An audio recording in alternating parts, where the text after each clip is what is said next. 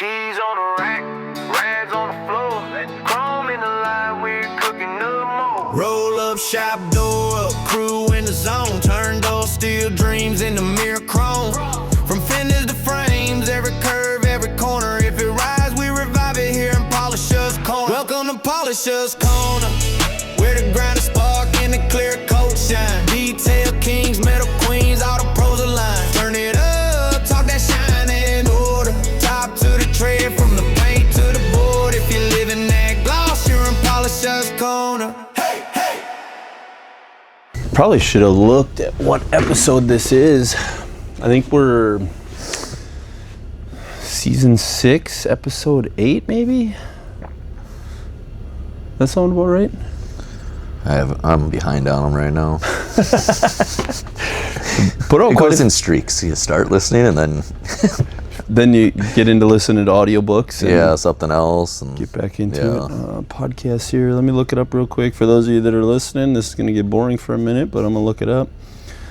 I don't look up my own podcast. I listen to them while I'm editing them, but Polisher's Corner podcast. Current episode. What is the current episode? Let me go all the way to the end here. That's season 1. Newest of all episodes is season 6, episode 5. So this is season 6, episode 6. nice.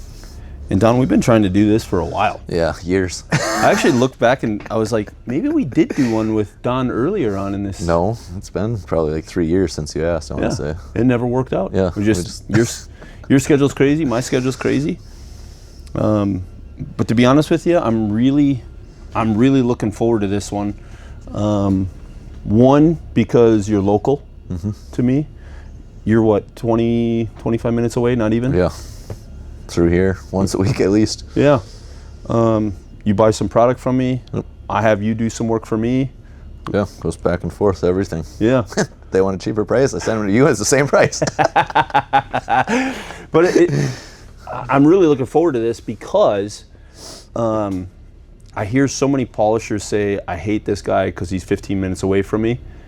And I don't have that feeling for you. No. So it's I don't know how often I get asked that. Like, how do you guys operate next to each other? You know what I mean? Like, and our customers are they aren't even the same. It's just very few do our customers intermingle. Yeah. Like we have maybe a couple customers that, Kevin Voigt, for example. Yeah.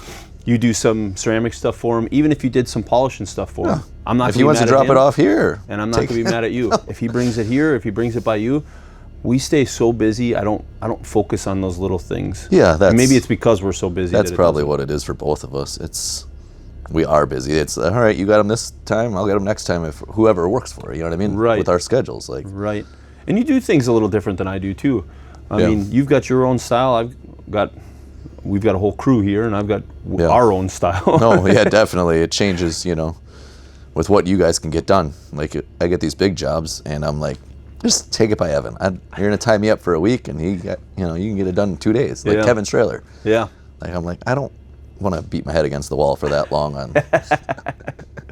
Yeah, if we got something for a whole week, I'm in trouble. That's to have something for an entire week will bury the shop. I mean, my shop doesn't survive on one project for a week unless somebody's got a big pocketbook.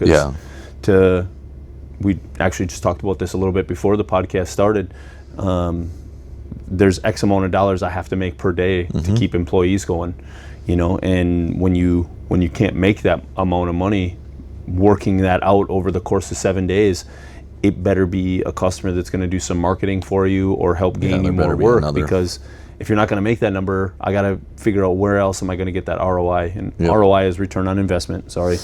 But that ROI for me is, if I'm not going to make the money I need to cover my employees for the week, can I recoup some of that cost in the marketing, right? And that's one thing I've been pretty good at over the years, and the reason why I'm in the position I'm in is because I've done that. But the other reason I'm excited to talk to you today is because you have a very successful business as well. just doing it by yourself. I mean, there's been very few times I've seen you work with other people other than like at the truck shows, of course, where you have to. Yeah, no, we have to, and I have a understanding of who they are outside of, just calling them up on a whim, like, hey, you want to do a job together? Like, Yep.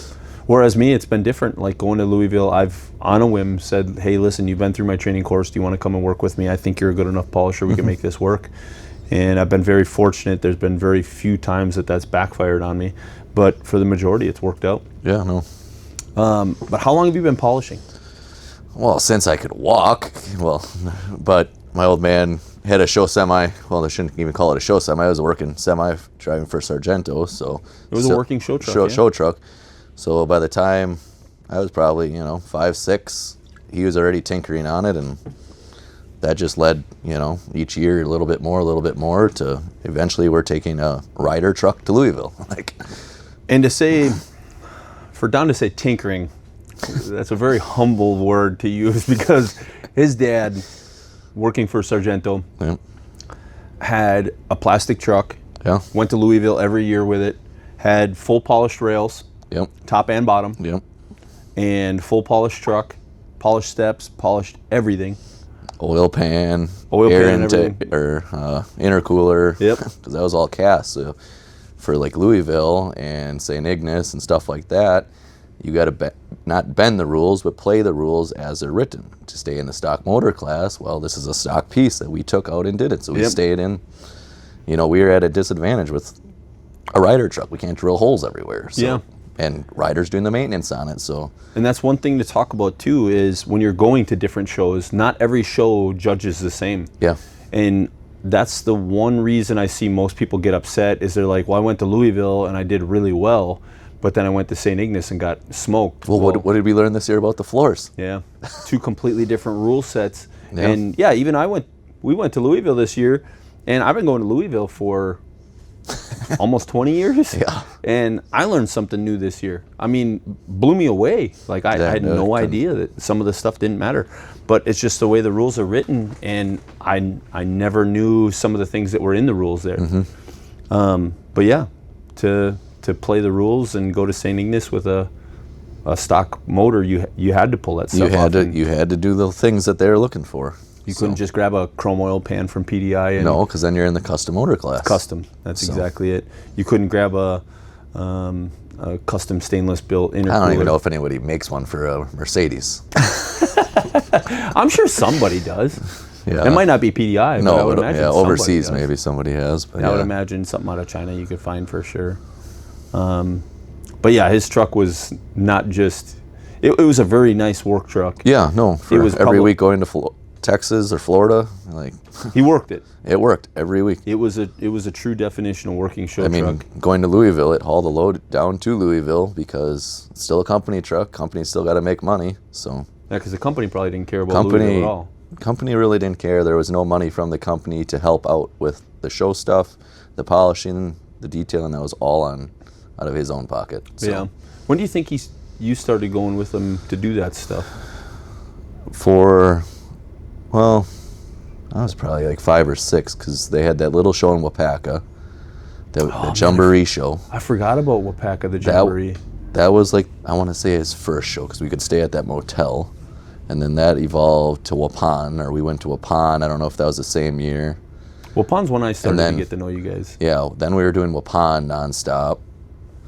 And then, like with Waupun and the Thermo King deal, they had a truck that was Thermo King's, one of their big customers was Sargento, so that they could trial different products on because Thermo King in Green Bay came out with a lot of their units. I want to say the APU is even their in-house design out of Green Bay. That full stainless one was their but I'm saying the whole unit itself was, I think, designed up in Green Bay. Because we were polishing all the stainless units for them right out the gate, and I hated them because it was like the worst. And we had that first stainless one built for Sargento because they could use it at the shows kind of deal. So I remember sanding that out far before I learned to love stainless. So. Yeah, back when I didn't love stainless. Yeah. Because I didn't know what I was doing with 3-inch DA and sanded it all the way up to 1500. I was doing work for Breakbush back then. Yep, they showed with us. And they had bought a bunch of them. Yep. And I just remember. What was his name over there? Mike. Mike, yes, Mikey. You know, Yes. Mike messages me once in a great while. Mike actually moved up the corporate ladder. Yeah, over he there, did. Yeah, he moved from. Yeah. and now he oversees multiple plants. So Okay. like he's flying from Wow, one he's plant really to up, the other yeah. to go through all that stuff. And dude, Mike's a great guy. Yeah. No. I was with them early on when they were growing, before they had multiple plants. Okay. And I think it was the dad was still alive. Now the sons own it now, but when the dad was still alive, and they polished their entire fleet. They sponsored the Green Bay Packers Yep. with that They trailer. were in with that. And Sargento did as Sargento well, right? was up there too, yeah, because they Yeah. do the Packer sponsorship, and then they always had to have a truck up there for the games to block traffic and stuff Yep. like that for security. That's how Breakbush did it too, and they were it was always keeping up with the Joneses, you know. If Yeah. Sargento was out there shining with their rails. Yeah, then they were, but then when Sargento went from the red and black truck to the yellow truck, they really threw him for the loop with that roof wrap. Yep.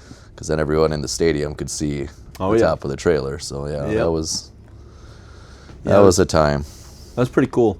And yeah, so Breakbush, they had bought all them APU units, and Yep. they bought all the stainless ones at that Right off. time. Okay. And all their show trucks that they were taking to Waupun every year. Yeah, because they And used to go with, 4 of them?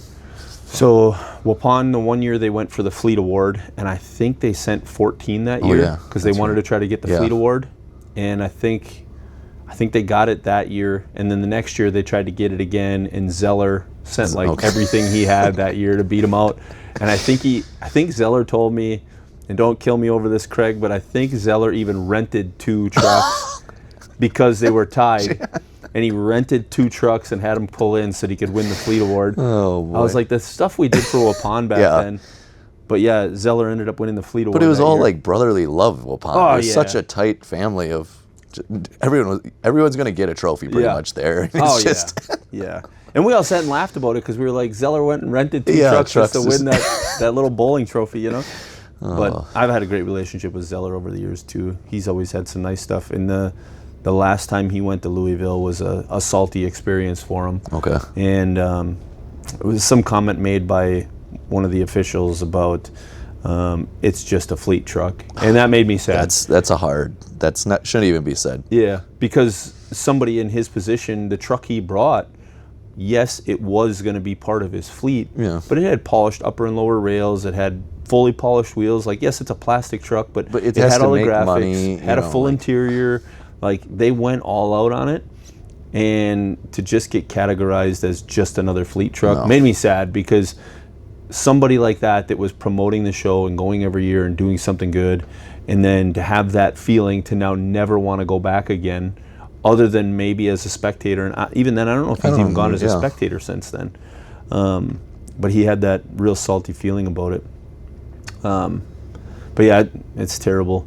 But Mike, yeah, he had bought a bunch of them stainless ones. I remember we were sanding and polishing them, and he had one employee. I can't remember the guy's name. He was skinny, short guy. Yes. He must have sanded and polished on a dozen of them things, and each one took him like 3-4 days. And I was like, man, I don't ever want to do one. Mike's like, you got to try one. I'm like, no way. Oh, you know, well, it's all tight little pieces and Yep. around that fan shroud. Like, Well, and Thermo King asked me to do one, so we built a jig at my house. Okay. So I just jigged them and screwed them down, and then I would sand and polish up to the screw, and then I'd take that screw One out screw and put the out, work screw in around another it, spot yeah. and work around it. Yeah, but man, I just remember I'd put 20 hours into each one of those, and you never made any money on them. no. I was like, I finally told him, I'm like, listen, I got to get $1,000 to do these 20 Yeah. 20 hours. Like, I got to get $50 an Well, hour. that's even like when we sanded out this whole rear end of that trailer, like for Dad's trailer. Like, yeah, it's still a fleet trailer. Like, Yeah. still whoever's grabbing it to get loaded, just ram her into the dock. And it Like, could get traded in next week. yeah. They had to yeah. Or have polished rails, and then they decide to get it measured for that wrap when they went to Yeah. yellow, and they measured a 53 footer instead of a 48. Oh, And so that all happened. I want to say that truck got tore apart in spring to go get repainted, the trailer. We didn't know they measured the wrong trailer. His dad was out on the road when this all happened, obviously working. And all of a sudden, they just grabbed a trailer out of the yard and threw the wrap on it. And it was a ratty not a ratty trailer, I should say, but it was a used fleet trailer that the rails probably were only acid washed once in its life, 3-4 years old. And I think we got it back in mid-June, like maybe July, with unpolished you know what I mean? Yeah. Like from what Dad's trailer was and all the work into it to start over again. So. Yeah. And something that probably needed sanded. Oh. And, you know, sanding a rail's not fun. No, it's not. And he still works all week. So when are we doing it? We're doing it Thursday and Friday, and he leaves out Saturdays. Yeah. Or back. And that's all unpaid? That's all unpaid time at that time. So you learned early on what unpaid work was like. yeah, I mean, I got paid for my time in it a little bit, but somebody was taking it, you know. Yeah. But you know, it all worked out. So. But yeah, your dad's setup was sweet. I remember it.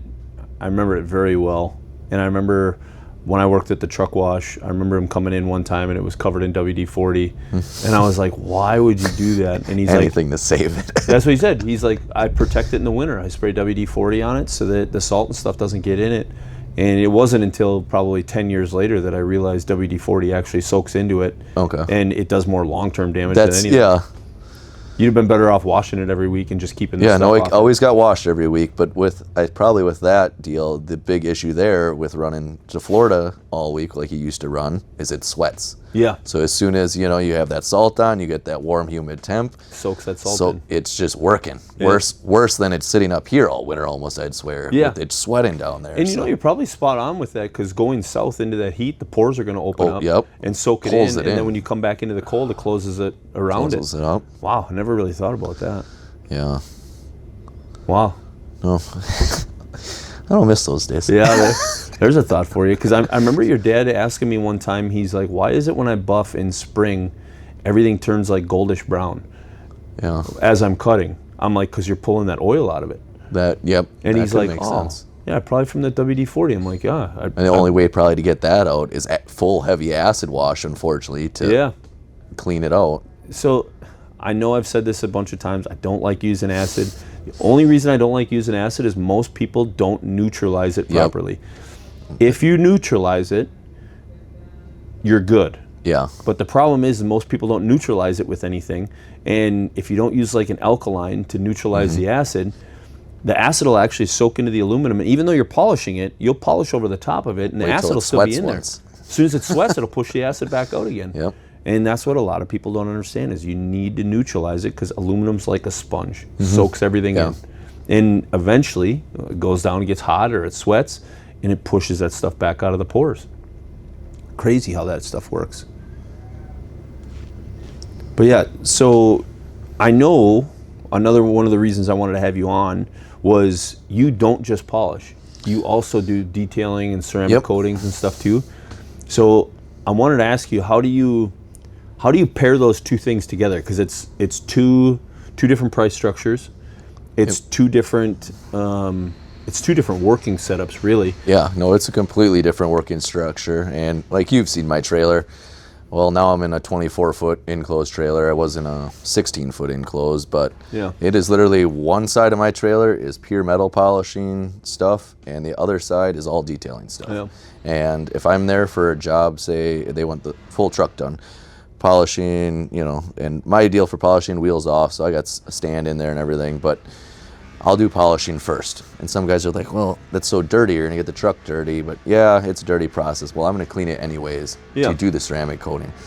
Another thing is, if you do the ceramic coating and stuff first, when you go to tape off the grill and all that other stuff, the tape's not gonna stick. So, and then, you know, a freshly ceramic coated truck is all covered in black dust and dirt and polish splatter. You know, it's not the cleanest process there is. So. And it does just blow off. It does, yeah. So yeah, that's kind of how I do it. But it is a full change out of all tooling that's polishing stuff is back in.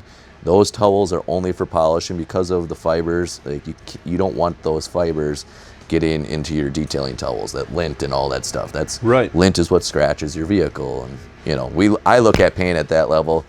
Most people look at paint from 10 feet away. It's shiny, it's good. Well, I spend the whole day looking for that one scratch in a panel, you know. So. Right, right. And honestly, that's probably,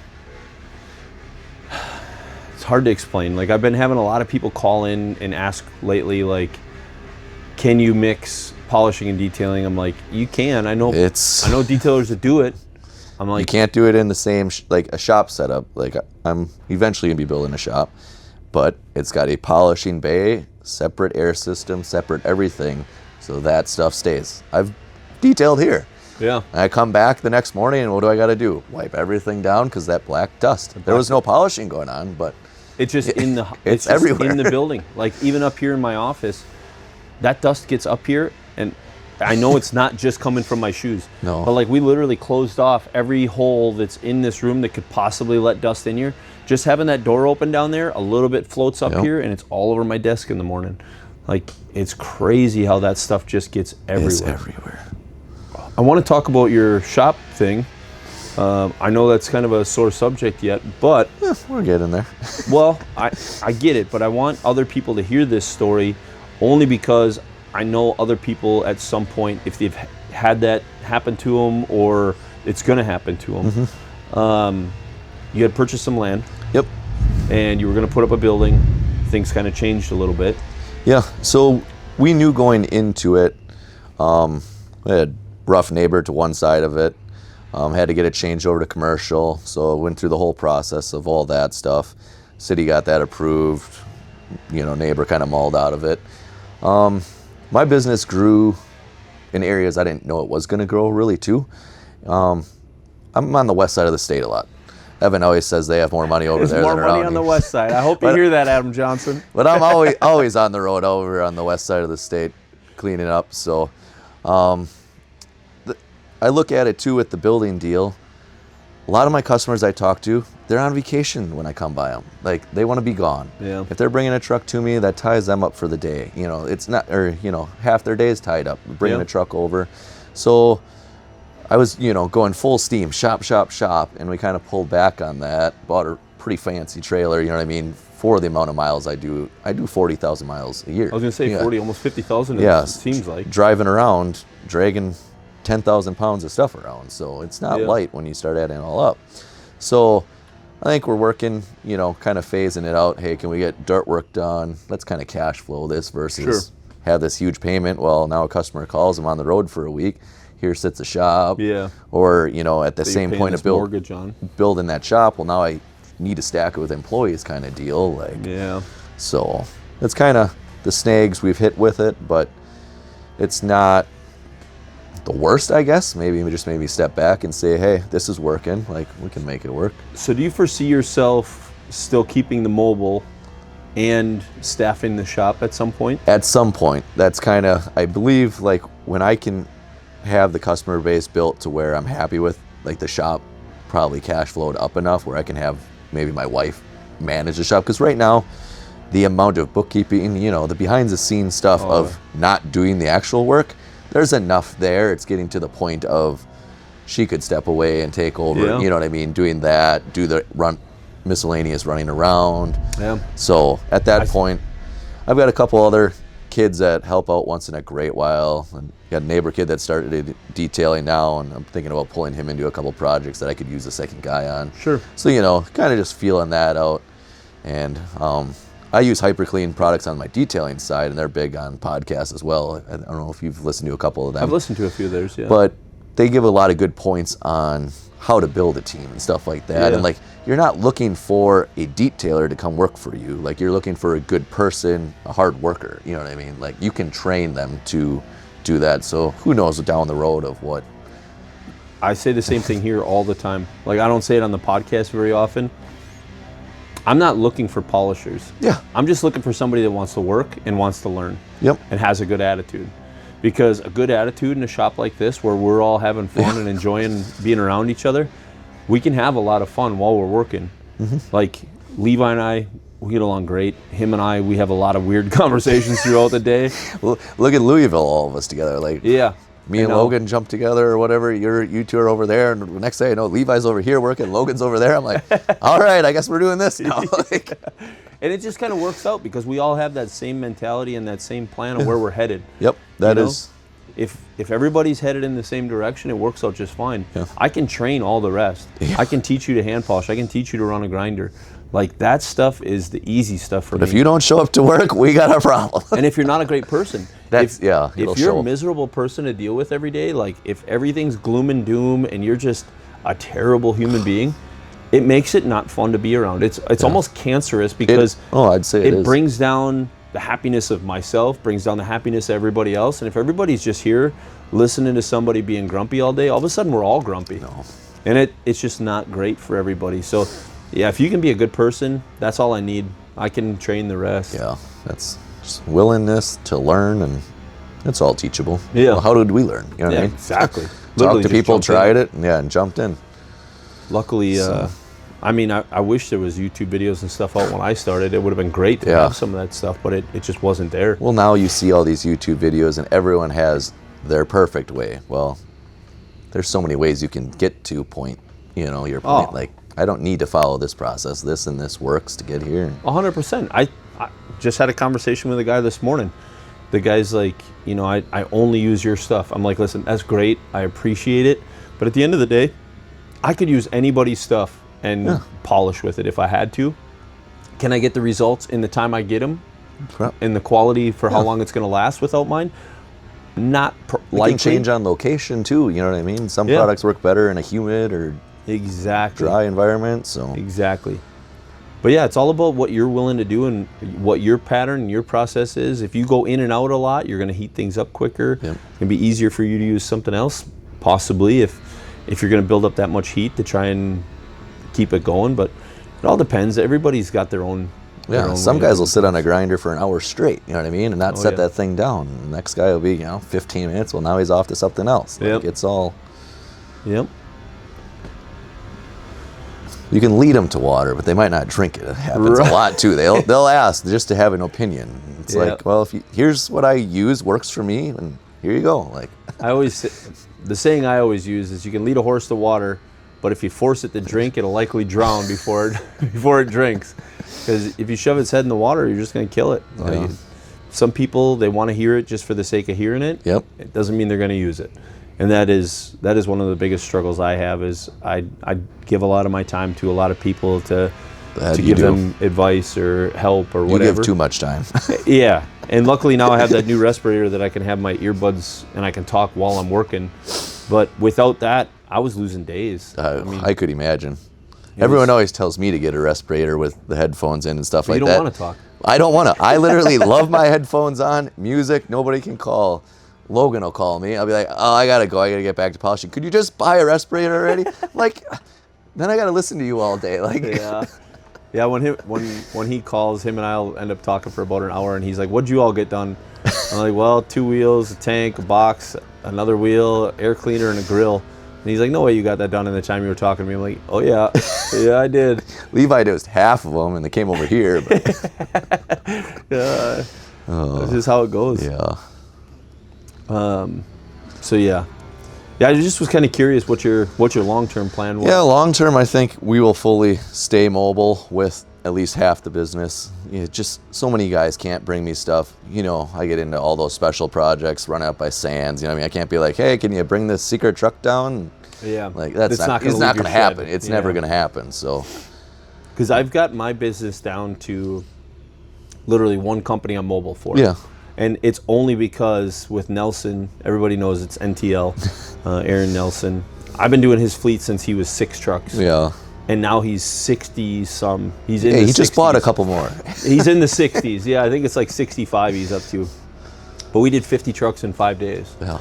And if it wasn't that he wanted a fleet truck shine and just wanted to keep the truck shiny for his drivers. Well, and put his dispatcher through the hassle. It's a hassle, I'll say, to get him in. No, thank God for Tina. Like, even this year, she's like, Evan, I'm sorry. I don't think we're going to get that many. Like, we've been so busy. I don't know if we're going to get them all done. And I was like, Tina, my shop we had so many wheels laying here in the shop that week. I was like, whatever you get me, you get me. If we need to start late one morning or if we need to go home early, I have so many wheels here, we could do them. She's like, well, I know you bring in people from out of state to help. I'm like, I do. William comes in every year to help us out. And I'm like, it's great to have the extra body. She's like, well, I just want to make sure you make enough money for everybody. I'm like, I ain't worried about it. We got so much stuff laying here at the shop that we'll be fine. And we still ended up getting 50 trucks done in the 5 days. But I'm sure it's a headache for her to get all of these drivers together in 1 week to get everybody here to their shop to get it all done, because they actually have 2 yards over there. Yeah, that's right. Oh, they have those too. But to get everybody back in rotation for the 7 days, like that's a And It's that's a lot. even with me with traveling. I have kind of grown that Western business model over there, so enough people know me. So if one guy, you know, hey, I got a truck for you, I was supposed to have 3. Well, call down the road, he's got a truck. Yeah. So I'm constantly. You and can still fill your schedule. And you're with other polishers over there. I'll say it. You know, I can't get to a truck. I don't work over there usually on the weekends. Well, so another polisher grabs it. I don't care. Like it's at least the truck's polished. I'll see it in the next see next it on couple the next months. rotation, Next yeah. rotation. At least somebody got to it this year. Like And it's not trashed when I get it's to not it. trash exactly. They stayed on a cycle kind of deal. I'll get people so. call me sometimes. They're like, "Man, I feel like I'm cheating on you going to California and getting it done on better." I'm like, I don't feel one bit No. bad. Like I know the next time you have me do it, it's just that much nicer. Easier, yeah. And it's not all trashed. Like you didn't let it get all. Well, that's beat one of down. I always ask too. Well, when's the last time it's been polished? When someone new calls in, because that tells you what kind of day you're gonna have, you know, or what yeah. you're looking. And so many guys think that it's the same price, you know, going into this truck was polished last year. This has been polished in 5 years, you know. So Yeah, and this year's been weird for us too. Now that I have a full staff in the shop Mm-hmm. again, I was like, man, I need to make sure we have 3 to 4 trucks a day coming through here. Yeah.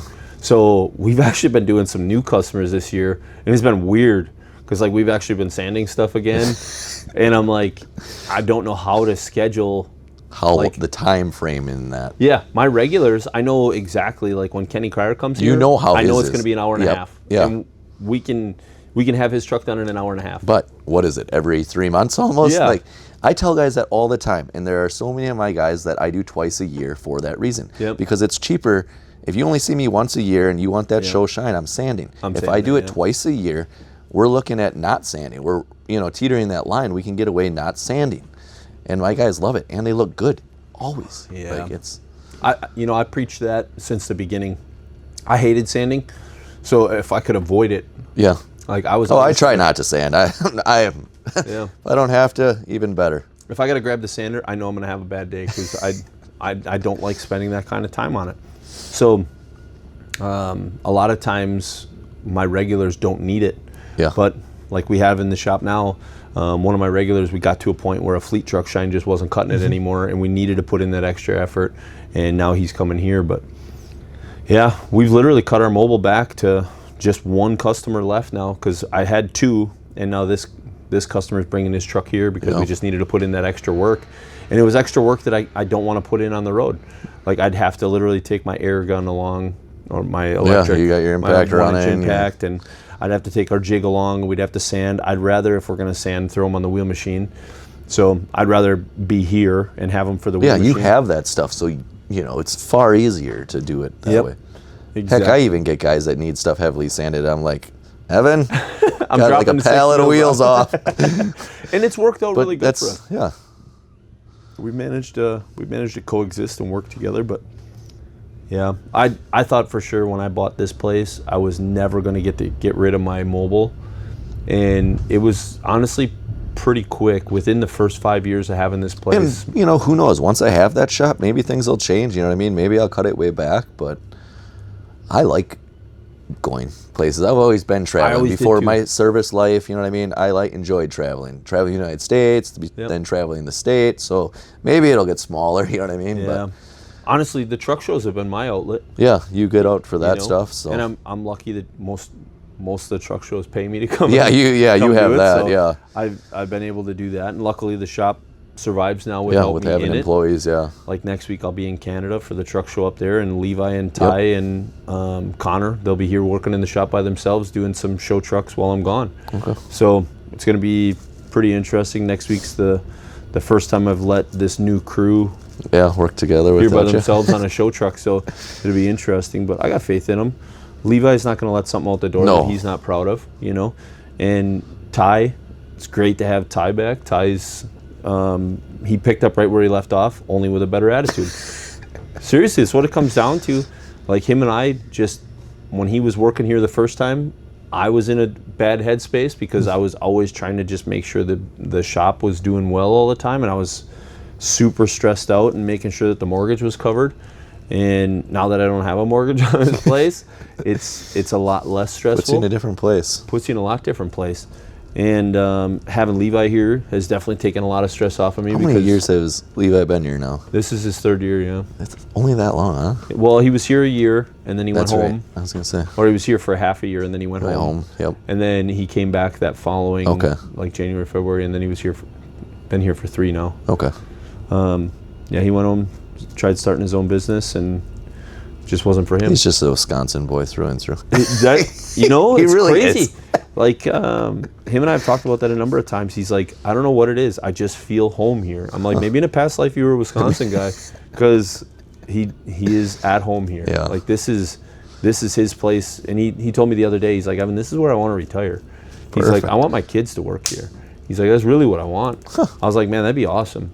I'd honestly love it.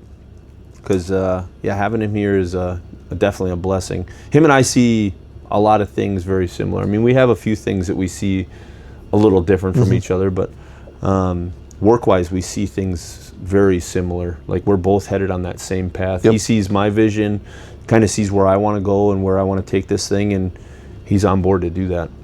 I'm sure you'll find somebody too. I'm sure it's just a matter of time. Yeah. And that's one of those things I've talked, like Logan has his Trent that works for him or whatever and Yep. stuff like that. And I'm like, well, if I add on a guy now, well, now I have one truck scheduled, I'm traveling to. My schedule's only set up for me, one truck in a Yeah. day, day is done, whatever. Well, now I have a second guy, we're done at noon. Well, now what are we going to try and find some other truck in this area? Like, it's a hurdle to go over. So, Yeah. it might come in time, but. And that's what I was getting at with us now, having a full crew again, Yeah. is I'm like, so normally Levi and I and one other person, we could get 2 to 3 trucks a Yeah. day done. But now Ty left as a cutter and he came back as a cutter. Okay. So now I've got 3 cutters in the shop. So Ty can be working on the grill while Levi can be doing tanks and boxes while I'm running wheels and helping out with the air cleaners. It's like, holy cow, we're flying. So now we're doing... Tammy will be out there doing the hand rubbing again. Right, we're doing 3 to 4 trucks a day, and we could almost get a 5th truck a day if they're just fleet stuff. Yeah.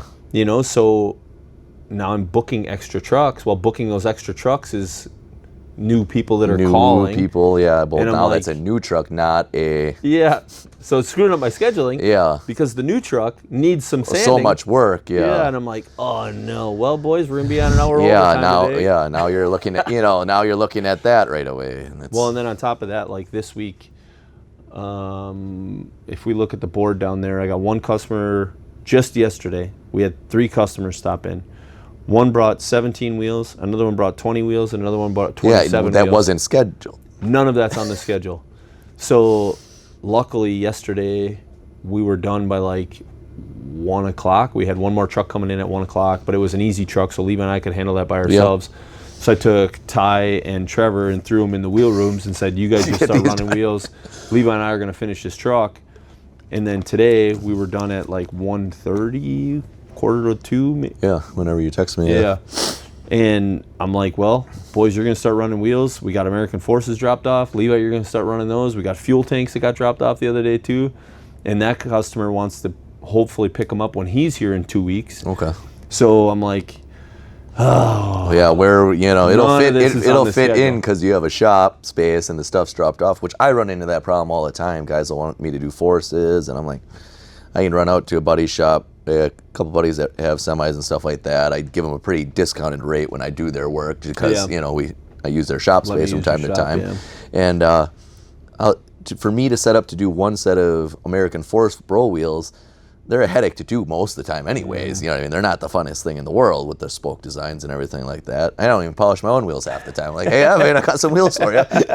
But I'll just tell them to bring them down here because, you know what I mean? You can fit them in your schedule. If somebody needs something in a pinch, I can be like, well, I'm booked out 3-4 weeks, or longer the way this year's gone. Yeah. I'm like, Evan will probably be able to sneak them in within, you know what I mean, in the next 2-3 weeks, a small project like that because of the setup. Yeah.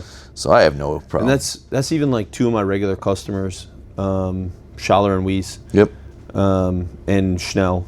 All 3 of them were like, hey, if I just left the trailer by you for a couple days, you think you can squeeze it in? I'm like, if they're in decent shape, yeah, I could probably do that. One of them we had to pull the wheels off because they were rough to run them on the machine. But I was like, yeah, if they're here and it's just sitting here waiting on me, I'll probably squeeze it in and work it in. And that's what happened, was they just dropped it off. I ended up having free time for it. We got it done. Schaller dropped me off an extra truck. We always do his fleet every year too. He dropped me a truck and trailer. He goes, if you can squeeze it in, great. If you can't, my next appointment's on Friday. Use it as the Friday truck. I was like, all right. I messaged him yesterday, told him it was done. He's like, sweet, I'll have you a different truck for Friday. Perfect. That's not what I wanted to hear. I wanted a day off. No, honestly, I'm glad. The guys are happy. Oh yeah, too, for your guys, yeah. They want the overtime No, too, yeah. so it's good. But yeah, Ty will come in and work a few hours on Saturday again this week. He worked probably 4 or 5 last week Saturday. But it's nice that the hours are there, so that Yeah, the guys no, want a the little guys can overtime. get a little bit. They can. Yeah. So your dad's what got you into polishing. Yep. What got you into the detailing? Detailing, well, I want to say that was even the old man. Everything was always clean. We always kept everything clean. And then, started driving. Had my Jetta. That had to be spotless. Well, it was even before that because I was driving his truck every week because with him being on the road, so I drove his truck while he was gone all week before I got the Jetta. And, that thing got waxed darn near probably every 2 weeks because, it's the old man's truck. Have to keep this clean in the high school parking lot. Yeah. So, yeah, then I got the Jetta. And I went to school for wind energy at that time and moved down to Kansas. Never seen a dirt road. Here in Wisconsin, we have, 2? You just honestly, we don't have them around this area. I know very few unpaved roads. Yeah, we have 1 or 2 down in Sheboygan County on the southern side that I had no reason to go down. So we got one through the marsh over here, Yeah. and we got one out on Y. And I don't remember. Yeah, but you wouldn't go drive down it just to drive down it. There's No. plenty of ways around it. There's so- other ways around it that are just as short, yeah. So yeah, down in Kansas, I had the Jetta, and still wind sights on gravel, dirt road, level C road. Literally, it rains out. Well, the Jetta's gonna struggle getting down it. Most of the guys were like, "How'd you get here?" I drove it through there. Yeah. But I'd wash that thing twice a week down in Kansas and started detailing down there. I had free time down there. I had nothing else to do. I didn't know anybody. I knew my guys from work, and that was that. Sure. And then after that, got out of wind. How long was I in that? 7 years, 8 years traveling around. So I had some home time in between projects and stuff like that. Did a little detailing, money coming in because I was bored, whatever. And then, down in Iowa, when I took kind of a site position in wind, I was doing some detailing because then it was only 40 hours a week kind of deal. And I was like, well, I used to be on the road working 80, 90, 100 hours a week. What do I do with all this? So that was one of my big things in Iowa is I needed a big garage. My truck always sat because, per diem money when you're traveling. So I had that black truck I still have. So that was in there. And then I started detailing there a little bit. And that's where I got into the paint correction. So that was 2015, 2014 is where I really started getting into paint and just waxing your car, or, the getting rid of, making it look shiny is cool, but once you start making that panel perfect where there is not a, defect in it, that's really where it got me. And then we moved back home, started having a family, kids, stuff like that. So had a job up here doing field service, working on car washes of all things. But I got out of wind. What am I going to do? You know what I mean? And working on car washes. And that turned in, that was, 50 hours a week, but I still had free time. Well, buddies knew I could polish. So started polishing some fleet trucks here and there because they wanted them to look good. Well, then that turned into, hey, can you do our personal vehicles too? Because I did, back in high school, did a little weekend detailing for them once in a while.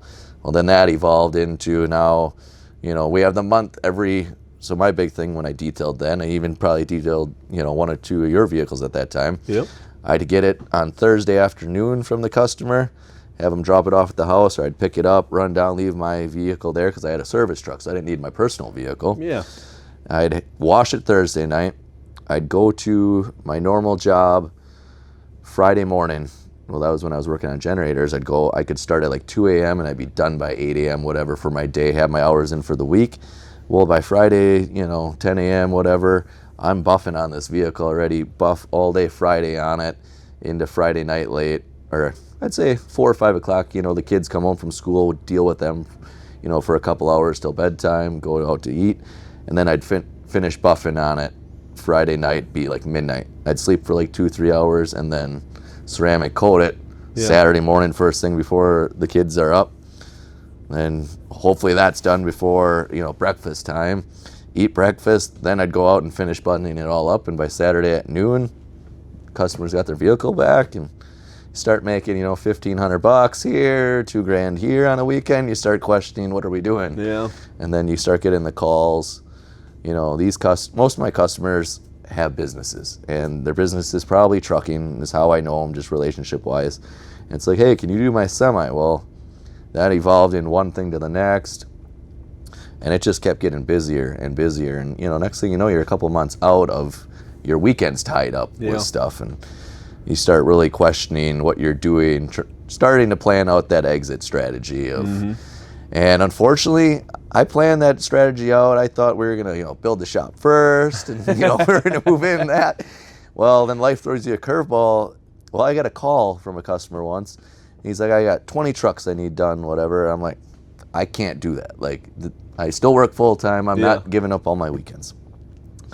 Said no. A year's worth of weekends. Well, that's what I mean. So I said for no. one customer.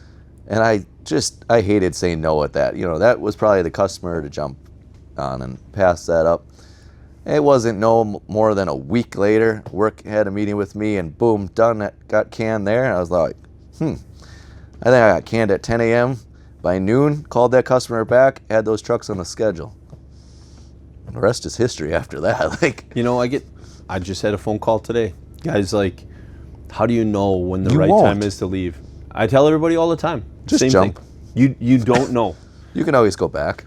Either you jump and you just start cold calling and figure it out, or you build your business over time, and eventually your weekends are going to be so full that you're going to have people calling going, well, I know you're busy on the weekend, but will you work on the afternoon? And that's where I was. I probably could have made the jump a year or two before easily.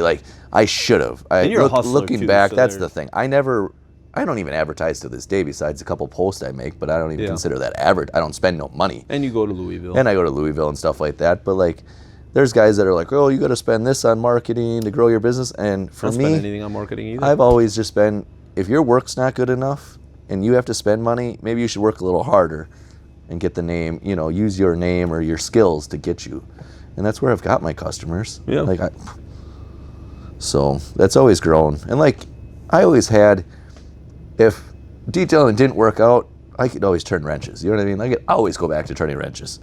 I gave up a darn good paying job turning wrenches to detail. So. And the wife and I have talked about this a number of times. If it ever didn't work, I would find a way to make it work first. And even then, if it didn't, I'm a hustler. I'd go and work somewhere and move up the ladder pretty quick. Yeah. It wouldn't be hard. You'd go work somewhere else, but this would still be here. Oh, yeah. That's the thing. I've thought about it too. If I one day decided I didn't want to detail anymore, or the business wasn't successful enough for me to fully do it, the problem is it's not going to work out for me to go back working for someone. I have to fix this issue because I'm constantly going to still be getting these calls. Oh, yeah. You'd still end up filling your weekend. That's the thing. I know you'd still have a full-time job and doing the weekends. Doing right back to that nonsense. Yeah. It's I may as well just figure out the weekend thing and make it work. Make your thing work and fix what you need to. Yeah. And just do good work. Yeah. But that's is worst case scenario. If everybody was yep, nobody's polishing anything anymore. Somebody finds a way to chrome wheels and chrome tanks, and nobody ever needs anything anymore. I saw chrome wheels this week, and guess what? They were chipped up around the edge, but they've been chrome for 14 years. Yeah. They still look good. Yeah, exactly. But nobody's making them anymore. Yeah. And the chrome is changing. It changed. It's thin now. Ain't what it used to be. 14 years ago, it was good. Yeah. When I saw it, how thick it was on those wheels. The guy out in California had them done. And I was like, wow, it was thick. Yeah. So it's hard to come by, and it's too expensive for most people way too anyways. Expensive. Most people wouldn't go down that road anymore. Well, I have one of my customers that's been down that road. Always hauling. They've tried it. And guess who's sanded the wheel off? Yeah. Right. Yeah, it's less than ideal there, too. That's... First off, I can't sand chrome here. I can't even barely touch chrome here. If chrome flakes off and ends up in my drain, I'm in trouble. Okay. It's just, the river's right here. Yeah. And there used to be a plating place right here in town, and they contaminated the river, so they keep an eye on this place pretty close. It's such an ordeal. But it just kind of is what it is. We just make sure that if a bumper peels some chrome off, we make sure it ends up in the dumpster in a biohazard bag and good to go, you know, like it's stupid, but it all ends up in the same spot in the landfill anyways, but it just is what it is. You know, you got to play by their rules. Yeah, how long has it been? 25 years? Yeah, I was going to say, I bet all of 25 years. How old are you? 35? 35, and I think I'm going to be 44 this year. So that would make me 9 years older than you. You just turned 35 this year? No, I turned 36 this year, August. So I'm 8 years older. Yeah. I was gonna say I've known you the whole time. Well, You've that's been with your dad everywhere. going to Yeah, shows. it was right there. I mean, yeah, I've known you that whole time, and I've known your dad. Yeah, for the entire time. Yeah. Because I'm trying to think of when he started going to shows. What year it was? It would. I want to say it was like from- 95, 96. I want to say 96. Because that's when Wapaka was around. Yeah, Wapaka was around because then Wapaka went to Green Bay shortly after, and it all fell apart. Wapaka was in Green Bay. It was only in Green Bay for like Couple 3 years. There's too much drama. Yeah, there was just too much going on. Once they made the move, it fell apart. There was too many hands in that basket. Yeah. And they did it at the Fairground. Well, they did it at the convention center one year, Yep. and that didn't work at all. Like everybody was pissed off because you couldn't have enough trucks inside. Yeah. And everybody had to have their batteries disconnected. That's right. And all Yeah, that stuff. all They that wanted nonsense. to have the light show. That Yeah, stuff taped didn't work. over. Yep. So then they moved it out to the fairgrounds, and it was 3 years at the fairgrounds, and then it died for like 2-3 years, and then they brought it back. Yep. Like 8 years later, and they had it 2 years again, and then it just Yeah, didn't and then survive. it fell off. Yep. Yeah. But yeah, I mean, I knew your dad that whole. So probably when he started going to Waupun in like 99, 2000. Yeah, it would have been early. Yeah. And I started going to Waupun in 98. So I don't remember him being there the first 2 years, but he might have been, and I just didn't know it. I'm trying to think if we were ever not parked up on the corner. I feel like he was parked out back once, I don't behind the building one time. But I don't that may remember have been ever. a No, different we were Sargento always truck. up front. If we somehow pulled that off. It may have been a different Sargento Yeah. truck then, because there might have been a couple of them there one year. I'm trying to think. I think so. I think that one year we had two. One of the local. There was somebody else over at Sargento that I used to polish for. Yeah. For the life of me, I shouldn't have said it because for the life of me, I can't think of what his name is. And the guy, if he listens to this, he's gonna be like, I can't believe you don't remember who I am. Well, you've polished so many. You know what I mean? Like. I can see his face too, but I can't think of what his name was. But I used to go over by him, and thanks to your dad, Yeah. your dad's like, I'm not polishing everybody else's Well, stuff we over don't here." have time. We barely got our own done. So I did that guy's stuff, and he wanted to look like your dad. He wanted the steps done, and he wanted the rails done. And I'm like, dude, I'm not doing Sargento rails. Like, a lot of their other trailers. Just for him to go back in the wash bay and the wash boys to burn them, Burn 'em, and then yeah. be like, "Who's gonna help repolish this?" Yeah, but that guy had all polished wheels and polished steps, and we had to pull his steps off every time to polish the treads and everything on them. And I enjoyed it. Like, we had a lot of fun, and it was cool to see, because he did parades too. Oh, darn, I can't Schultzke? remember. Bob Schultz? No. Bob don't sound right. I'm trying to think who else. Man, There's been so many, he like was with most them for companies, quite a while, yeah. and I think he's still there now, honestly. But he's got a truck with all Durbrights on it, and he Yeah. don't do nothing with it No, anymore. they ain't He's got close- anything. He's close to retiring. Yeah, so. they don't. They rotate trailers too. They don't have their same trailer every week. Yeah, I was gonna say they're not matched They to the don't. same They don't trailers have anymore. time to reload and get them. Yeah, the way their They're structure so changed. big. Yeah. Yeah, it's been a change for them over there quite a bit too. My next question is, what's been like the highlight of your career so far? Like, what's the one thing that, if you were to retire today and you had to hang your hat on something, what's the one thing you'd hang your hat on? It's probably like the number of trucks that come out of like our area, even the Midwest, that I've had a hand in putting, work on that go on, in the show scene. Yeah. Like, it's crazy. Like, I get calls from guys, hey, can you come do this or whatever? Like, how'd you get my name? You know what I mean? And whether it's you throwing it in there or they seen me at the show, working on stuff like that and getting to see it out there. But like, even hang my hat on, I'll probably say even this year, coming home from Louisville, I'm trucking down back up 65 and see Voight's tarp side.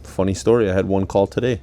I know I've had a lot of weird stuff happen today, so this is pretty interesting. But I had a customer that last year he called, asked me to get him on the schedule. I put him on the schedule. He no call, no showed me. I gave everybody 3 strikes. First strike. He called me back. He's like, I need to get on the schedule. I know I missed my appointment. I was like, yeah, thanks for the call. Luckily, it was during the busy season, and I was able to call a couple of my local guys and go, hey, I got a truck that didn't show up today. You want to squeeze in? So I managed to fill that day. Next time he calls, he's like, hey, I need to get back on the schedule. I feel bad. I missed it. I won't do that to you again. Cool. He called me the day before, and he goes, hey, I'm just jammed up. I can't come tomorrow. Okay. Well, you're not getting back on the schedule unless the truck's here and it's just laying in the yard and I get it in when I get it in. Mm-hmm. So he called me today and he's like, can you get me on the schedule? I said, unless it's sitting in my yard on this day, I'm going to work other trucks in around you. But if it's not here, I'm not putting it on the schedule. So these are the days I have available that I have like half jobs that are like, I have a truck to do in the morning, but I don't have anything scheduled after. So if it's here, it'll get done. If it's not here, I'm working on wheels or whatever's laying in the shop. If we call them catch-up days. You can't tie up your schedule with questionable people, and I do it all the time. If somebody is like that, polishing group is, we're tight enough. Someone will see me tagged on it, and I'll get a text. Hey, they canceled on me, you know what I mean? And I'll be like, all right, well, you're getting a high price to begin with because I don't want to risk, you know what I mean? You canceling on me. I know it's coming, and I usually have that backup plan. And I've had it, and I'll reach out, not hear from them, so I'll schedule the other one, and then last minute they're like, oh, you still coming? And I'm like, here's the deal. I texted you, so I usually text all my customers the Wednesday before of the week. That's just Wednesdays when it all goes out, because that gives me enough time, even for a Monday cancellation. I can, find someone, or Tuesday, whatever, I can easily fill that in. It's not hard to fill. It's not hard to fill at all. There's a better customer waiting. Yep. So they'll wait, and then I'll get that text Sunday from them. Oh yeah, I can make that work now. Too late. It's filled. You can't tell me you didn't look at your phone on Wednesday, Thursday, Friday.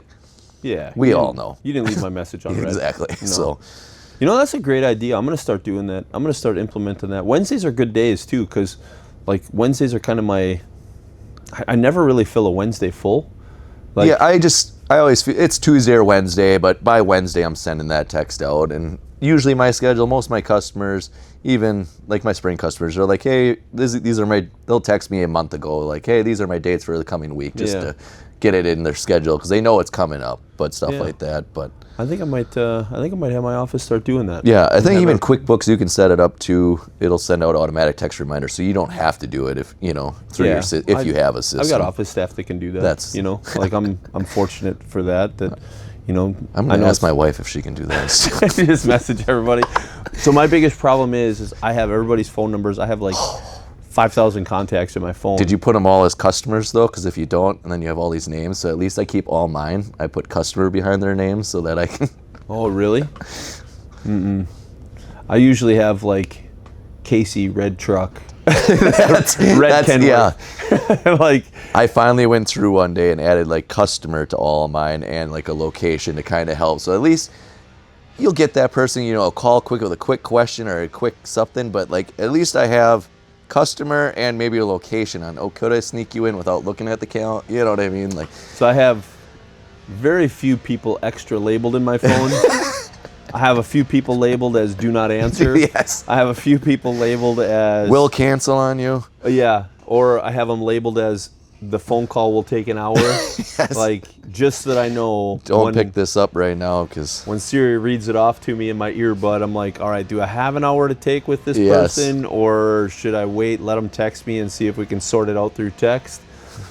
But yeah, I do have a few people labeled like that, but I don't have a lot of them labeled customer, and I should, because I should separate them out by product versus polishing. That would help. Yeah, no, that would help me out quite a bit. And I put that in my phone kind of sometimes too, depending, because some of them are only personal vehicles versus corporate. I don't do too many personal vehicles. It's probably a market I need to grow, but will grow once I have a shop. Yeah, once you have a shop, for sure. Then that'll grow easily. I do plenty now, but it's not that it's inconvenient. I got a pretty nice setup in my garage and stuff like that. So yeah, I mean, I've brought all my vehicles to you.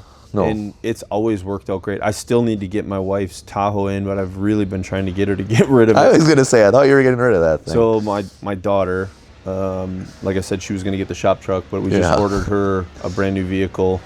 And when that one comes in, it's coming to you before she gets it. Perfect. Because I think it's going to come in before she gets her full license. Oh, yeah, so I'm hoping she can use it to take her license in. But I'm going to give it to you before I get it to her. Because I want to get it ceramic coated. She wants to use it to go to school and use it. It's going to be her everyday driver. Just get my tint guy over. We'll have it all done. So I want to do that as well. I want to get it tinted. I want to keep it legal because she's going to be on her permit. So I want to. I mean, we'll do the windshield. I'll give her my my pass for my skin allergy. So if she does get pulled over, hopefully they'll let it slide. But I don't want her to get stuck on that stupid probationary license. Yeah, I know. Wisconsin's got that stupid probationary license now. And I'd be curious to know if window tint goes against that. I would Because I would imagine it's a non-moving violation, so I would think it'd be fine. I don't know. I don't know how to understand any of the new laws with all this stuff. Like this probationary license thing to me is silly. Like I get it, they're trying to get kids to not have a whole group of kids in the car. We had that even back. Do dumb stuff. Like I get it. But at the same time, like we're really sheltering kids so much to the point of nobody's making mistakes. You can't make any mistakes anymore, and we're so rural out here. They're going to have more than one kid in the car. Oh. You're going to a sporting event, it's always 20, 30, 40 minutes. Yeah. There's no, we're going across town to the other school. Yeah. There is no other school in town. No. But now you have to take multiple vehicles. Because they can't. Yeah, now they can only have that one. Or just don't get caught. Well, that's exactly how it goes. And luckily enough, a lot of our Most local our cops police departments are like, yeah, okay, cool. But you're going, you get that one state trooper around here that's like, no, that's Yeah. it. You know? So I'll probably do 50% on all her windows, just so that I don't want her to be sitting in a fishbowl. But yeah. Guess I screwed up that order for the customer. Well, that brings me into with all the regulations and stuff. All these guys that are mobile detailing. Yeah. You know my story on DOT numbers, 3-4 times pulled over before. You know, it started with the trailer was just in the business name, but wasn't graphic. Well, then I got, need DOT numbers. Well, you know how my 2012 truck is. That thing is not legal in any shape or form. Yeah. And I was using that one day with the detailing trailer, but it was graphicked up. I changed the trailer back to personal plates because, I'm going to get around this somehow. Then he got me because the trailer was graphicked up. Well, then the third time he's like hardcore going to, write me the ticket finally. And then I got DOT numbers, but then you fall under all that regulations. Yeah. Commercial insurance. Yeah. How many guys are running around detailing with the trailer and no commercial insurance? No. Let alone any insurance detailing. Yeah. Honestly, that's the biggest thing is I don't even know a lot of companies that have employees in polishing paying workman's comp or unemployment. Like a lot of them are just paying you can tell on their price. Paying their guys under the table or whatever. And I had a guy come in yesterday. He asked me, he's like, will you do a horse trailer? I'm like, I'm sorry, I won't. I gave him your number because I'm like, I know working by yourself, you're not going to... I don't need the workman's comp. I can get away doing things without... I exempt myself because I know if shit hit the fan and I broke a leg or broke an arm or something, I could just keep booking enough work for Levi. Yeah, you have enough stuff on the shop other side of and selling detailing product. Yeah, we'd probably be okay. Yep. But if it was a year long, like if God forbid something happened to me for a year, we'd be in trouble around here. But the guy's like, why won't you do a horse trailer? My buddy told me you did one. I said, yeah, I did one like back when I was younger and 10 years ago or 15 years ago. I've done a horse trailer. I said, but now workman's comp and unemployment isn't like it used to be.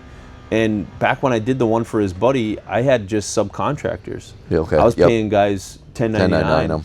Well, Wisconsin changed that law. If you do more than 50% of your work for one company. And if you're telling them what to do versus them signing up for a job and just doing it themselves. And not just that, they have to have their own grinders, their own insurance, their own products, their own materials. Like, they have to carry all those things, or they're not technically a subcontractor. No, they are They're working as employee. And how many of those guys carried their own insurance? None of them.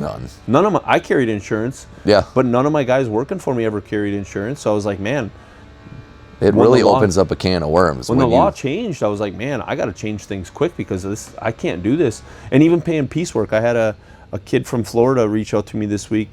He was up here with I think the Cut Above boys, and they just left him behind, or it's how it works sometimes. They don't work out, or they leave. Find your own ride home. They want to try to find another place to polish for, and he reached out to me, and he was like, "How, I need to make at least $30 an hour." I was like, "Damn, you should be running your own business at $30 an hour." I don't make that. Yeah, I was like, I'd like to make $30 an hour most days. He's like, well, then you're not doing a good job polishing if you're not making $30 an hour. I'm like, all right, the business is making money, but I'm like, by the time you pay workman's comp and unemployment, he's like, you don't need to pay me workman's comp and unemployment. I'm like, I have to. Yeah. One, I don't have a choice. You be an employee. He goes, well, then why don't you pay me piecework? I said, it's not legal to technically pay piecework in the state of Wisconsin anymore. Like, can you pay piecework? Yes, but it has to be like a commission or some kind of commission on top of a base pay salary. So I have to pay you a minimum of $7.50 an hour, which is state of Wisconsin minimum, right? But then now I gotta do all this extra calculating at the end of the week on what your piece rate was, and then I gotta calculate it against your hours. So now I'm gonna pay an employee in the office to calculate this all out at her time rate to figure out what your rate is. I'm like, I'd be better off just paying you hourly and figuring it out. Yeah. Like, that doesn't make any sense. So I'm like, and I don't know if you're even a good polisher. Like, to come in at $30 an hour, you better be waxing. Like, you better be knocking out 10 wheels an hour. You know what I mean? Like, for that kind of money, I gotta be turning and burning. Or I gotta pay myself more. He's like, well, I come in with all these contracts and I can bring you fuel tankers and stuff. I said, well, if you've got all these contracts, why do you need to come work for me? You could be working for yourself. It just, none of it added up and none of it made sense. And I was like, you know what? I'm just done spending my time on this. Yeah. You do you. There's more to the story there. There's something missing in this story. But yeah, you're spot on. The problem is a lot of guys want to work, but they don't want to pay the insurance, or they don't want they find out what the real cost of doing a legit business is, the payroll, and they don't do it. Yeah. And that's why they don't last, I feel. Yeah. I mean, something snags them up, and it just falls apart. One thing leads to the next, and it all falls out. Yep. You see it all the time. I see so many guys, you'll see them posting online or even Snapchat. Like, oh, I went down 2 grinders today. Like, oh, a big deal. I got 6 brand new ones sitting on the shelf because maybe I have a bad week and all my grinders burn up. Yeah. Heaven forbid my detailing trailer, burns to the ground or something. Yeah. Like, a business still got to roll. Like, I'm still going to work tomorrow. Yeah, I'm going to work tomorrow. I'm going to be talking to the insurance lady, But I'm still going to be working. Yeah, no, we're going to work, but that's, I have guys, so I have all that HyperClean detailing product. I'm a distributor for them. Yep. I have extra pressure washers, stuff like that. I have detail shops coming to me, hitting me up being like, hey, do you have, extra pressure washer? Yeah, I use a pressure washer for my business. Yep. I stock a spare for myself. Yep. I'll sell it to you because you need one, and I'm going to sell it to you at a good price. Yeah. Because you need one, but I'm going to make how you're running a shop. That pressure washer is part of your business. Why do you not have a spare? I do the same thing. I don't technically sell grinders. Yeah. But I have grinders in my office. Yeah, and if someone wants to buy one, I can sell it, but it's fine. I mark them all up $20-$40. Yeah. Because if I'm going to sell you one of mine, you're going to get it right now. Yeah, you don't have to wait. You're going to have to order it and wait. Because when they call, they're waiting. They're in a bind. They're not waiting, calling Amazon or getting on Amazon and waiting a day. And I got 10 of them laying in storage. I got 10 Makitas, 10 DeWalt's. I got 10. What was it that night I texted you? When Prime Days. Yeah. When I was like, hey, they're half price, and then I went back in the next morning, not I really. I bought all of them. Yeah, went in the next morning, so they're sold out. I bought all of them. Some guy. I thought you had yours ordered already. Yeah, nope, didn't even think about it. I'll get them tomorrow. Or it was Prime and the sale went up, so. That's awesome. Or the sale was over. No, I definitely went, when I saw that they were half price, I went and bought all of them. Yeah. I was like, we put a hurting on them when they did that. They put 6 in stock, I bought 6 of them. And then I saw 2 days later they put 10 more in inventory. I was like, they saw that coming. They only put 6 out for half price and then put the other 10 out for regular. But yeah, I'm in the same boat. Like, if God forbid this shop burns down, I'd be in trouble because everything's in this shop now. Yeah, you'd come up, I'd supply you enough to get right. We'd have Home Depot. I mean, I got the building next door. I'd be able to. I'd have to buy grinders and stuff and cords and stuff, but I'd be able to be operational again tomorrow if I needed to. And we could go back mobile if I ever needed to, but it's hard paying employees travel. Well, you have to pay them. Well, another polisher hit me up, William, I think it was, actually, and we were talking about it. And his kids work for him, but his kid was on the phone. He was on speakerphone with me, and we were just chatting about it. And I hit him up, or his kid, whatever. His kid's just driving along for the job or whatever. I'm like, William, you're paying him for sitting in the truck, right? He ate that alive too, I'm sure. So it's too funny. Yeah. I'm sure he just ate that alive. He was just loving it when I told him that. Oh, I'm sure. And his kid jumped on there like, yeah, $20 an hour, sit in the truck, perfect. I'm sure he talked trash the whole rest of the day too. When he was sleeping the whole time. Yeah, probably. And that's the big thing too, is like I have to pay the guys whether they sleep on the way there or not. Like it just is what it is. And the insurance doesn't change. No, they're still, you're still having to pay it out. Yeah, because if you get in a car accident, they got to be covered. Like, and I do the same thing. I see a lot of polishers come and go, and most of them, I would say probably 1/3 of the polishers that go, it's because something went wrong and they didn't have insurance, or something went wrong and they weren't prepared, like they didn't have extra grinders, that kind of stuff. Like I see a lot of polishers burn out doing that. The other 2/3 is either business mismanagement, or I see them, like we talked earlier, I made $1,500 this week. That's more than I've ever made working for somebody. And it's like, you're not working for somebody anymore. Like, the business made. You didn't make. Yeah. If your business made $1,500, that's not free and clear money. No. Like, you still got to take 40% of that and put it away for either taxes or future growth. Yeah. Or your business is never going to grow. And then you wonder why so many polishers work until the day they're dead. It's because so many of them have that mentality of, you know what, I made $1,500 this week. I can always make the money. I can always make the money. You're chasing the money to the point of nothing got put away. Yeah. If we don't make more than $2,000 in a day, my shop is upside down. Yeah. And like I said, I don't have a mortgage on this place, but $2,000, we're upside down by the time we deal with employees, product, just having the lights on, everything else. Like, there's all of that stuff going on. Yeah. You want to take a break quick? Yeah. It'll all sort out. It'll look good. It'll look better than my job. I told him. I don't know about all that. I told him, don't go so hard. Just cut, color. Cut it, color it, send it. Honestly, that's one of the biggest things for a lot of polishers is a lot of guys just don't want to cut their quality. Yep. And it's not about cutting quality. It's about giving the customer what they want. What the customer wants. I don't know how many customers I pick up due to that. Some guys will take a truck and keep a truck for 3 days, 4 days, 5 days. And yeah, that's great and everything for a show truck. Most of our guys barely have a day with that truck, or they have other stuff to do on that truck. Yep. Getting that truck for a day for a polish job, that's cutting into their time. Yeah.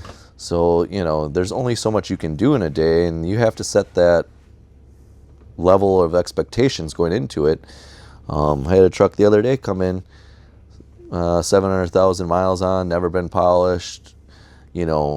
What can we do in a day? He wants the paint to look good. He wants the polish, everything polished. Well, I ain't sanding everything and polishing it in a day. You know what I mean? Like, I could probably get that done in one long day, but he wanted to pick it up at a decent time in the evening as well. Well, I'm not getting up at midnight just to sand the truck and polish it in the day. Like, I've gotten to the point too with my hours, kind of, 14, 16 hours. Yeah, I'll do that, for a couple of jobs here and there. I'm not doing that every day because you don't get anywhere. I'm not getting ahead, and I'm burnt out. Once you get employees, well, I can't tell employees like, oh yeah, today we're gonna work an 18-hour day, but you'll have off tomorrow. Like, they're not gonna. Kills your payroll. Too. Yeah, that too.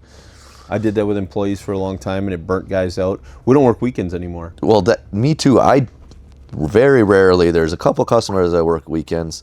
I had one the other weekend, local customer to me, real close. But he pulls the trucks apart.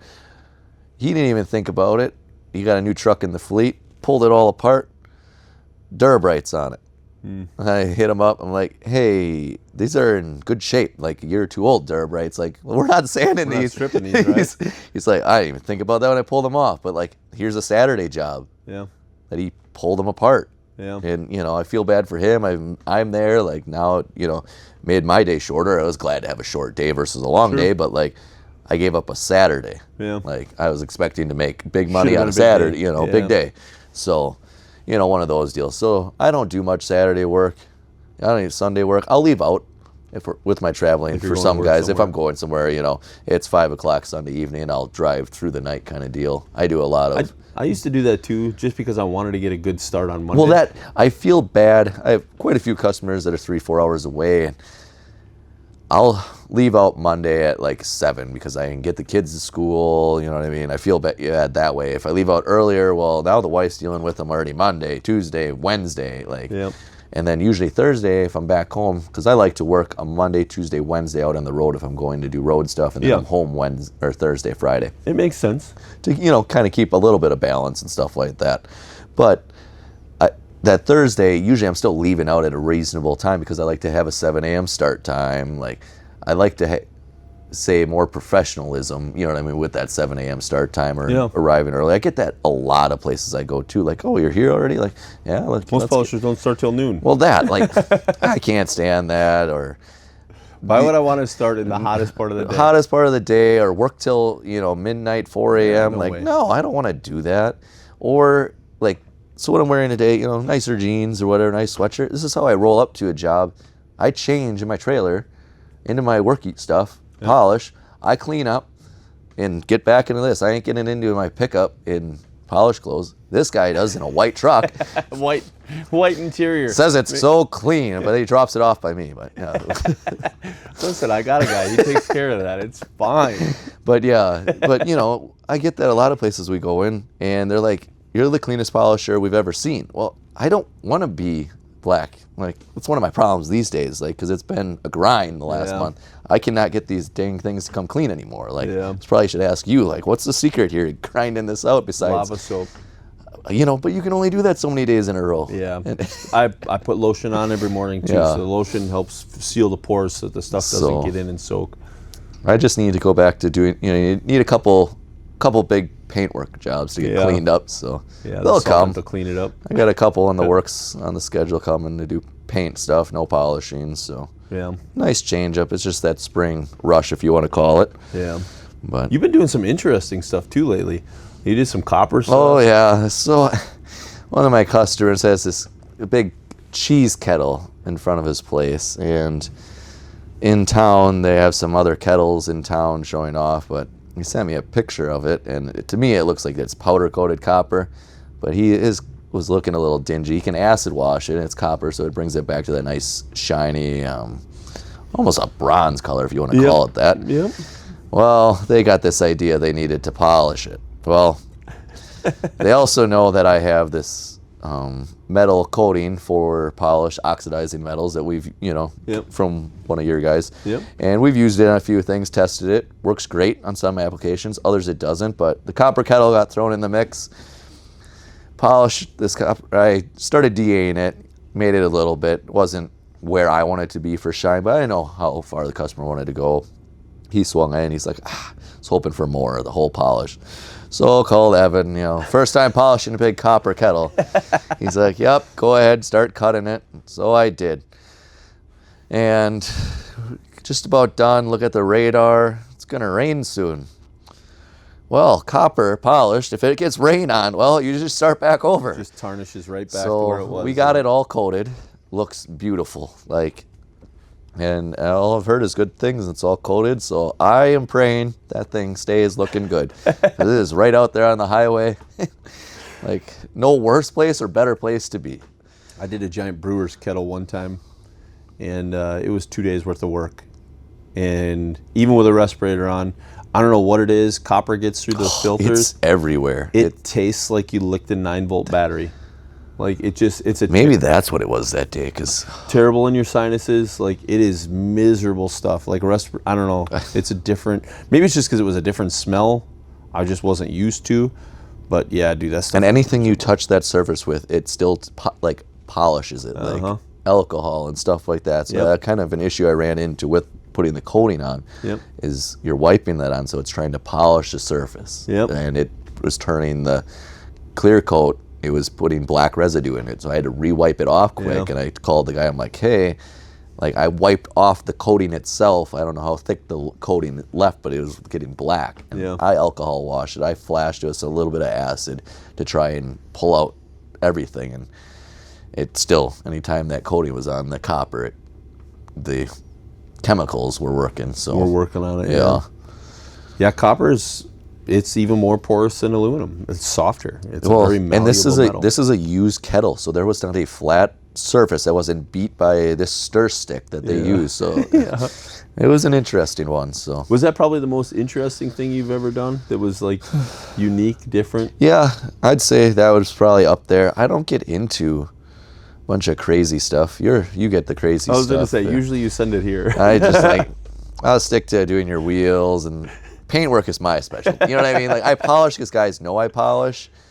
Yeah. I'm not a guy to sit there on a wheel all day. You know what I mean? Like, there's guys that are, and I tell them, I'm like, hey, go to him. If you want it that quality, go. Yeah. I mean, guys bring me wheels. I spend half a day on some wheels for some customers because that's what they want. And Yeah. If they're willing to pay for it. if they're willing to pay for it, they understand what it takes to get there. I had a customer drop off some wheels last week, and he's like, I don't care if these cost $200. I know you'd rather replace them, but just make them look good. I'm like, and some products you have to only make look good. You can't.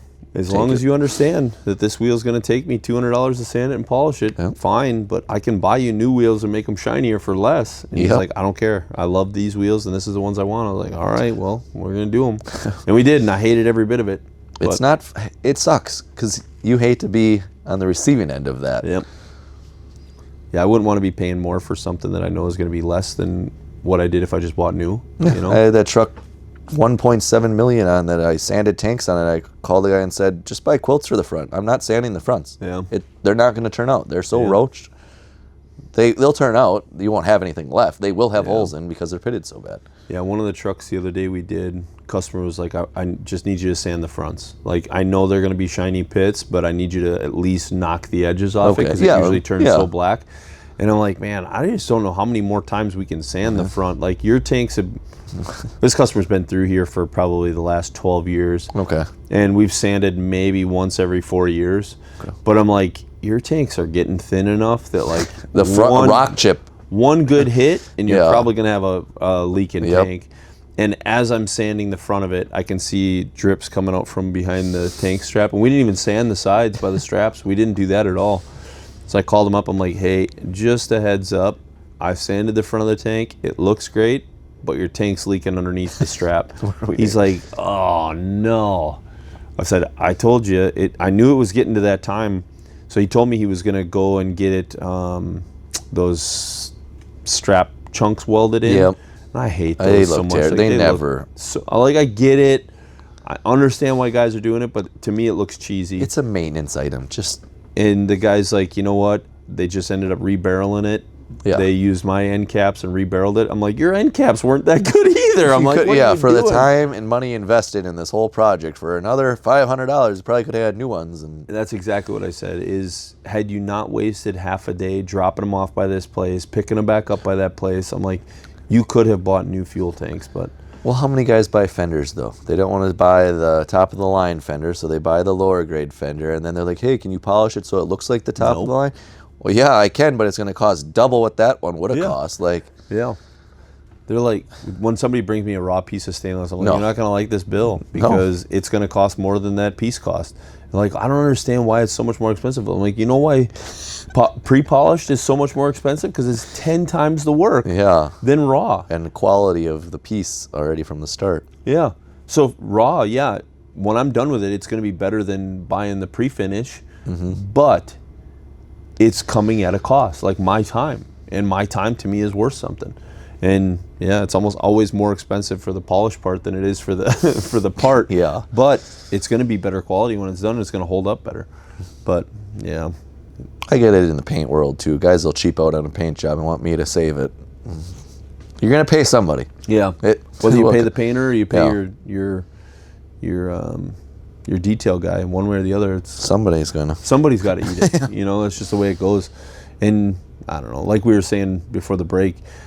A lot of guys, I know a lot of guys that don't charge properly, and they're like, man, I'm making good money at $1,500 a week, but they're really not. Well, you and me go back and forth on this too, with the hourly thing versus piecework, and that's the other thing I wanted to talk about today, because you charge hourly. I charge hourly, and I charge by the piece. But like I always come back, so I was always field service before this. So going somewhere, you got travel, you got setup, you got this. They roll in the shop, you're set up, you know what I mean? You didn't put the grinder away. The grinder's wrapped up here, out of the way, cleaned up, but Yep. you're right to work. Yep. I got to pull everything out of the trailer, set up, find what kind of cluster fuck some of these shops are. Like, oh, you're going to work over here. We have pieces over here. Like, I spend more time or working around other people that are in my way. Like, if I'm not charging, I'm not getting paid. Like, if I charge, say, $50 a wheel, well, it took them 20 minutes to pull the wheel off. I stood around and waited. I didn't make no money because I told them have the wheels off, or you know what I mean? If that's what I wanted them to do, unless I was pulling it. But if I'm pulling the wheels, I better be able to just get to work. Yeah. Like, so we always go back and forth. And just different, I guess. I guess for what I do now, it works. Maybe when I have the shop. I mean, on the paint side of things, I more of a package setup. Yeah. But I also... You know what your time's going to be. I know what my time's going to be, but I also... Some trucks, they get into an hourly rate because they are so vast and customized. I can't charge a piece because it's a one-off. Yeah. You know what I mean? So you have both, I guess, in the realm of things. I just always looked at it like if I wanted to get a raise and make more money, I would have to increase my hourly. Yep. And at some point, somebody's going to say, man, that hourly is crazy. Yeah. Like, the shop does at least $300 an hour. Yeah. At least $300 an hour. And you know what? And if I told a guy that I charged them $300 an hour, they'd be like, that's more than mechanics. Yeah. Like, It's close to mechanics though, but they take it to, the Peterbilt dealer. What are they these days? $225, $275 out on the West Coast. Right. They're up there. yeah. So we're not far off. And at the end of the day, is this a needed service or is this above? You know what I mean? Yeah. So Yeah. it's one of those deals. But I also look at it like there's another local company up here that hates the rest of us. And I see this company all the time, like washing and wiping lug nut covers and all that stuff. That's something I don't do. One, I can't justify the amount of time because it takes me longer to clean somebody's lug nuts, their lug nut covers and their top hats. It takes me longer to chrome polish and wipe those off than it does for me to polish the wheel. No, I fully agree. I don't even like pulling the lug nut covers off. And I have customers, one of my car hauler customers, I pull everything, and they're not fun. Yeah. I spend more time, I tell them this every time, but sometimes it works out, sometimes it doesn't. Yeah. Have that truck pulled apart for me, or the wheels off, so I can. And it usually works out, they'll do tire rotations at the same time, but if they don't, well, I'm down to darn near one truck a day because... But that customer pays you for your time. They pay me for my time because you're taking things apart. There's extra lights in the way. Like, things have to be done a certain way. That's the one thing I don't do is I don't charge for that. Okay. So that's the one thing that we get hammered on. But a lot of times I'm a 2 to 5 minute wheel polish, right? And like even today, I knocked out a fully sanded fuel tank in 25 minutes. Like we sanded and prepped it yesterday, but to cut it today was 25 minutes. Yeah. So like we're ahead of the game in that department, so I make it up in the long run. But if I were to stop and wipe the lug nut covers down, one, it's time consuming. So instead of getting the 4 to 5 trucks done today, we're gonna cut that back to 2, maybe 3. And by the time I do that, I can't cover payroll. So now I have to charge you for cleaning your lug nut covers. And honestly, even though this other company bashes me for not wiping the lug nut covers, I've had I could count the customers on one hand that are like, how come you don't wipe the lug nut covers off? Okay. Because they're going to go through a truck wash anyway. Yeah, to get wash washed the up, truck. yeah. I don't wash the truck when I'm done No. either. And it's the little stuff like that I see a couple polishers in polisher groups. A lot of people keep trying to add me to polisher groups. I don't join them because it's just a sack swinging competition. I don't comment in them. I'm in a couple. I don't even of them. want to watch it. It's so negative. I don't even want to watch it. It's the same question over and over, and no one can do anything for themselves or try anything. Yeah. Like if I'm calling you, I've gone through a list of things I've tried. I've tried 10 other things. We're having some issues here. Let's see what Evan has. Oh, you've tried that already? Yeah, it's tried already. Well, let me think on that. I'll call you back. Or you know what I mean? Like it's not just, hey, what should I do today? Like I get a lot of guys that'll message me 10 questions. They're like, I've watched every one of your YouTube videos. I'm like, no, you didn't. Yeah, you evidently missed this one. The question you're asking me, I've got 10 videos on that. Like, I don't know how you didn't find that one. And they're like, oh man, I didn't see that one.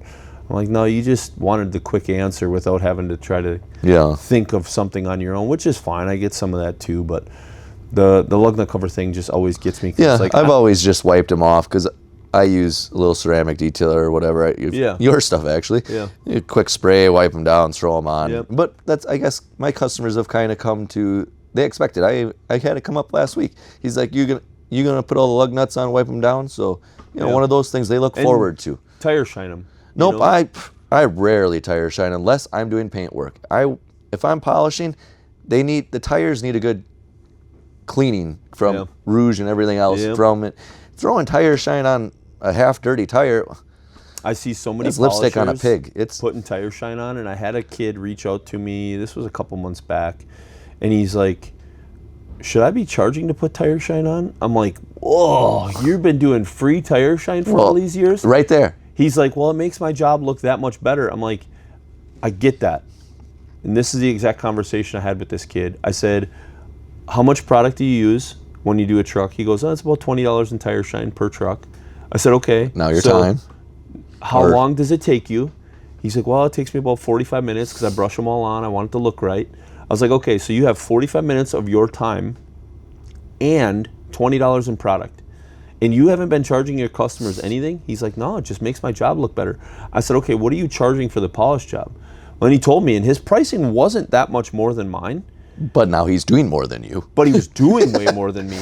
And I was like, dude, if I was tire shining every truck that came through here and wiping off all the lug nut covers and... Can you imagine the gallons you'd burn through? Oh my God. But just get it by the 55-gallon drum and just... Oh my God.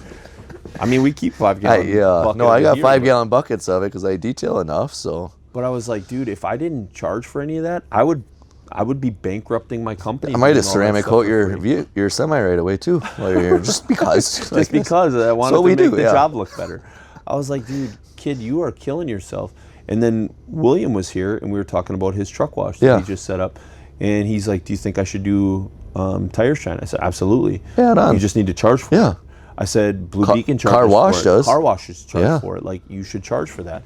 And he actually figured out a pricing structure that worked, and I messaged him the other day. I said, how's it going? He goes, dude, it's awesome. I hit him up. I told him I hope that thing takes off with his, polish and detailing and the truck wash, because I'm like, that's kind of what I'm looking to build, you know what I mean? So if he can do it, we can do it. Yeah, exactly. And he told me, he's like, Evan, the tire shine thing's a huge hit. He goes, everybody's like, yeah, I feel like an extra $3 or $5 a tire. Nobody cares, and it's covering his employee wage, it's covering his materials, and he's making a little on it. So, and he's probably set up to do it quickly because it's always out, you know what I mean? Like it's part of the wash, so it's not a big deal. And I think he's using our stuff, so it's a water base, so he can put it on while it's still wet, and it levels out. It's going to level out really nice. It's going to look dry when it gets dry, and it's not going to sling all over when they go to pull out. So yeah, he's in a good spot. But once again, that kid that I was talking to a couple months back, he has now reached out to me. Man, I want to say it was 2 or 3 weeks ago. He reached out to me. He's like, dude, I started charging for it. Nobody complained. I was like, well, see, that too. That's all you had to do. Yeah. Because he was in a spot where he was like, dude, I think I'm going to quit polishing and go find a regular job.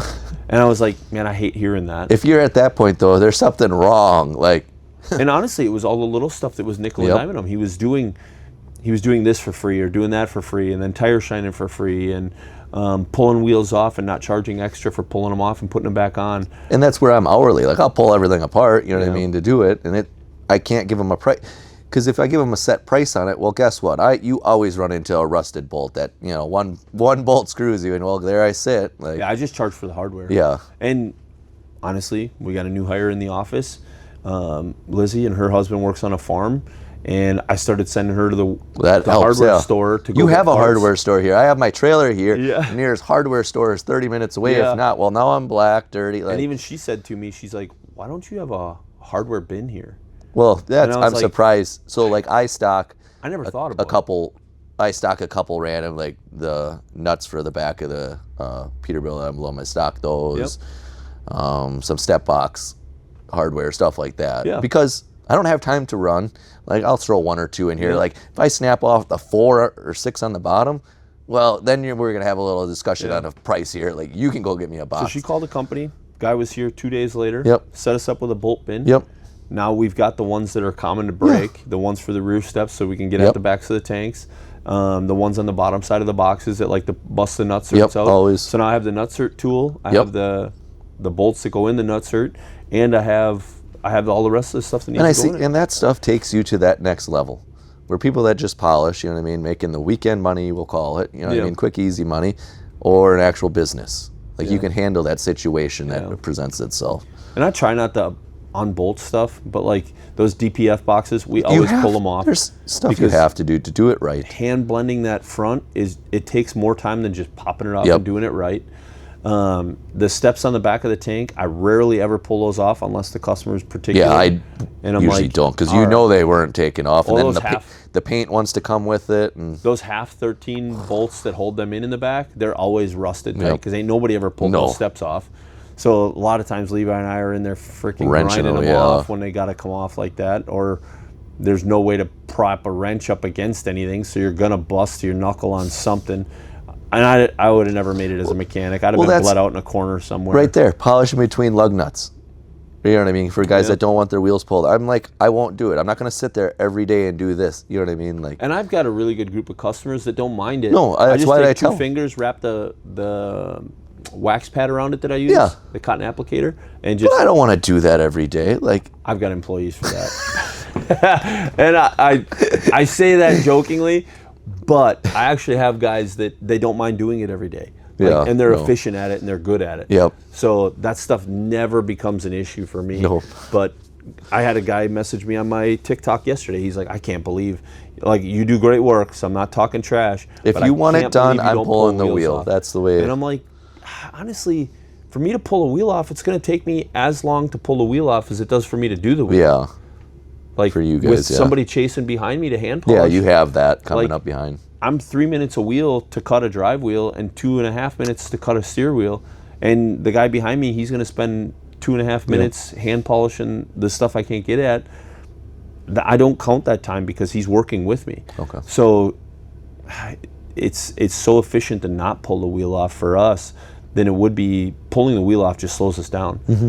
Like these trucks that we're blasting through for this customer that we're going all out on this year. I'm like, dude, this one truck a day, two trucks a day. That slows you way. With 4 employees is like, dude, you're running wheels while I'm pulling wheels off because I need you making money while I'm getting ready for us to make money because I don't know how to invoice for pulling wheels off. You know, like there's no good formula for that. And I just don't. I don't charge to pull the wheels off. I do for some customers if the wheel's locked on and it's a pain in the butt and I got to sit and work it, I'll charge an extra $5 to pull the wheels off. But I charge for the mount and dismount to throw them on the wheel machine and put new valve stems in. But I don't charge for pulling the wheel off for 90% of my customers. And like I said, I don't want to pull them off. It's just it's a lot of stuff. But what's the one thing that you got burnt on? Like you thought you were going to make good money and it just, something happened and it didn't work? My biggest thing is quoting jobs. I've kind of given up on quoting jobs. Guys will send me a picture, you know, say a horse trailer or something. I roughly know I have enough people that I can reach out to kind of get a price. How many hours am I going to How many hours? I'll tell the customer, this is what it's going to roughly be, but this is my hourly rate. Yeah. You know, once you get there and start working, maybe I can give you a better idea. You can, you know, I did a 2-foot section. We multiply that out, get that all figured out. But quoting jobs, you know, they send you a picture, that wheel looks halfway decent. You get there and you're, you know, next thing you know, you're sanding some more. You it's know, not like, what it looked like. It's not what it looked like. So that's Northern Pride Polish said it the best in his podcast. I don't give estimates. I give quotes. That's is a rough, ballpark. Roughly, is I guess I should call them quotes if I ever send out more stuff like that. Yeah. Mainly, guys will ask me what's the price. I just tell them this is what I hourly am. Here you go. Like, take it or leave it. Like. Yep. I can get you close, but you know, I don't know your exact situation. I don't know exactly what you got going on. You need a chair? I can't give you an exact number because I don't know. Whereas me, I usually give them a ballpark. Like you've usually seen most this. Yeah, kind of. That's the beauty of piecework, right? Yeah. Is I know that wheel's either going to be between 45 and I don't let a wheel get over 100. If it's going to be over 100, I'd rather buy you a new wheel, you know, and let's polish up a new wheel instead of polishing this turd that might crack in a week, Yeah. you know? So I can usually ballpark it by looking at it like it's going to be between 45 and 85, and I'm not going to let it go over 85 because if it gets past that, I want to buy you a new wheel instead of that. So when you get here, understand how to make that judgment call. Yeah, which you do have to walk around your customer stuff with them usually. Like I like to, you know, if they're there, like, all right, yeah, this is pretty rough. This is what we're looking at. You know what I mean? This is the work that's going to have to go into this piece because it's so far gone kind of deal. Or, hey, we can polish it out. It's going to be shiny pits, which some customers are completely fine with. You know, they're understanding of, okay, well, let's plan for next year. Let's do a full sand down or something like that. Stuff like that. And I've done that too. Like, I've had some, especially this year, some of these new customers come in and I'm like, listen, I have you scheduled based off of the pictures you sent me. And this is not it. This is not what you sent me. Or you show up and they have a herd on the front of the truck that wasn't there last year that they didn't tell you about. And you're like, well, you just ate up this much of your day. We're polishing outside in spring. It's going to be about 45 degrees at 7 o'clock. What gets done gets done. Yeah. I'm not staying down here tonight. Yeah. Like, and I've had to tell a few guys this year, like, listen, this is what we can accomplish in the time that I thought needed to be done with this. Next year, if you want, we can blow this thing apart. We can sand it, or give me a month. And I we'll can put you schedule back it on the appropriately. schedule, and we can do that appropriately. Or you're going to let me shine it up. I'm going to make you look presentable. And you can be back on the road today, and then we'll schedule it for fall and have you looking right. I think too many guys go out, you know, other polishers and detailers go out, and they will bust balls, make it perfect, spend all night killing themselves just so the customer got what they imagine they would get. You know, you got to set your standards for yourself. You can't be like, I'm going to do 20 hours on, you know, you have this customer roll in that all of a sudden, instead of doing, you know, a day's work, now you're doing 20 hours. Well, guess what? I still have a customer the next day to go to. You can't, now you're not in shape for that next customer. No. So, and you're not going to put in the same effort. You're not going to put in the same effort. So now who's getting screwed here? The customer that screwed you first? Why did you take care of them? When you had this, you know. Yeah, and you might have ruined a good relationship with that next one down the road. Better. And who knows if that other guy even comes back. He might not come back. Or you could have set your expectations with them, had that good relationship, set your standards, and now you have two happy customers. Hey, next time, you know. Part of the job that you do as a polisher, especially if you're running the business, is sometimes you have to mitigate your customers' expectations. Like, I'll get a text message sometimes from a customer, and they're like, I need this to be show quality. And they're sending me pictures of turds. And I'm like, listen, one, I'm not your polisher. No, I'm not going to put the time into it of what you're thinking. I will send them to Wyatt. I'll send them to... I have plenty of people I send to Wyatt because I know what they want. And Wyatt is phenomenal. I hit Wyatt up for, hey, dude, I can't get this. Like, I can get it close. What's your secret? He's by far one of the better polishers out there. I tell them guys all the time. And they're like, well, we don't want to wait that long because he's booked out. Well, what you want is what he does. That's what he does. What you want, I can't accomplish. No. Because I can't do that and be profitable to keep a staff on. Exactly. And they're like, well, I don't know, like, you polish, I don't know how you can't be profitable doing that. I'm like, because what you want, I know. You can't put a price on it if you want to make money per hour. You have your piece and you get, you know, it's a piece price. And I've said this in many podcasts before. I've watched a lot of polishers that do only show quality stuff and only do that really high-end stuff, burn themselves out and quit polishing, or run their business in the ground and quit polishing because they're chasing that perfection all the time at the cost of you. Yes, you made that $1,500 for a week. It's more than you would have made at a job, but it isn't a job. How many of your customers can tell you the difference between a show polish and a normal polish? So I don't know if I've talked about this in a podcast before. I've done a study through UW Wisconsin. This was early on in my career. They had a program in their business class that you could have them go out and do surveys. Okay. And I don't know if they still do that program anymore, but I had found out about it online. This was back when the internet was young yet. So we're still on dial-up here in Chilton. Yeah, still on dial-up out here. But I had actually reached out to the UW program to do a survey for me. And they did a survey through UW Wisconsin. They did it through TA, which is Truck Stops Across America. And that Truck Stops Across America, if you had walked in and looked at a polishing survey, that was my fault. I'm sorry. But they had people standing at the door, and they would ask you a question. Can you see the difference between this and this? And I'm going to give a shout out to Stefan Touchette, because I don't know if he even knows this, but we talked about it a long time ago. I asked him if I could use his pictures, because I had thought at the time he was the best polisher I knew. Okay. And he was posting up the highest quality stuff. Yeah. And him and I had lots of conversations about his pricing and how he had done things. And he's in Canada, so their pricing's different anyways. But if you walked into Truck Stops Across America and had two pictures that asked you, could you see the difference between this and this? That was me. So the first two pictures was when I was with Zeller, I did a half-assed job one time just to see if he could tell the difference, because I used to sand and polish everything. Okay. And he came in and he's like, why is this bill like a quarter of what it usually is? I'm like, well, I did a quarter of the work. He's like, it looks the same as all the rest. And I was like, I wanted to go jump off a bridge, because I was like, he couldn't tell the difference. Well, there's trucks I'm like, this could have used a lot more work, and then they're ecstatic when they see it. I'm like, so I took these pictures and went to the UW, and they sent off, and the guys were like, could you see the difference in this and this? 95% of the people they surveyed couldn't see the difference. So that meant my customer base was 5% of people that could see it and justify couldn't it. justify. So now the next question was, of these two, would you pay $100 a wheel for this one or $30 a wheel for this one? 95% of the 5% said that they would rather pay the $30 than the $100. Yeah, because you can look good that many more times for the same amount of money. Yeah, exactly. Versus once. And so 5% of 5%. then we're getting down there. Yeah, that was my customer base. Now the next question was, do you have a regular polisher that you would use, or would you travel to Wisconsin for that cheaper price? 95% of those said they would stay with their current polisher.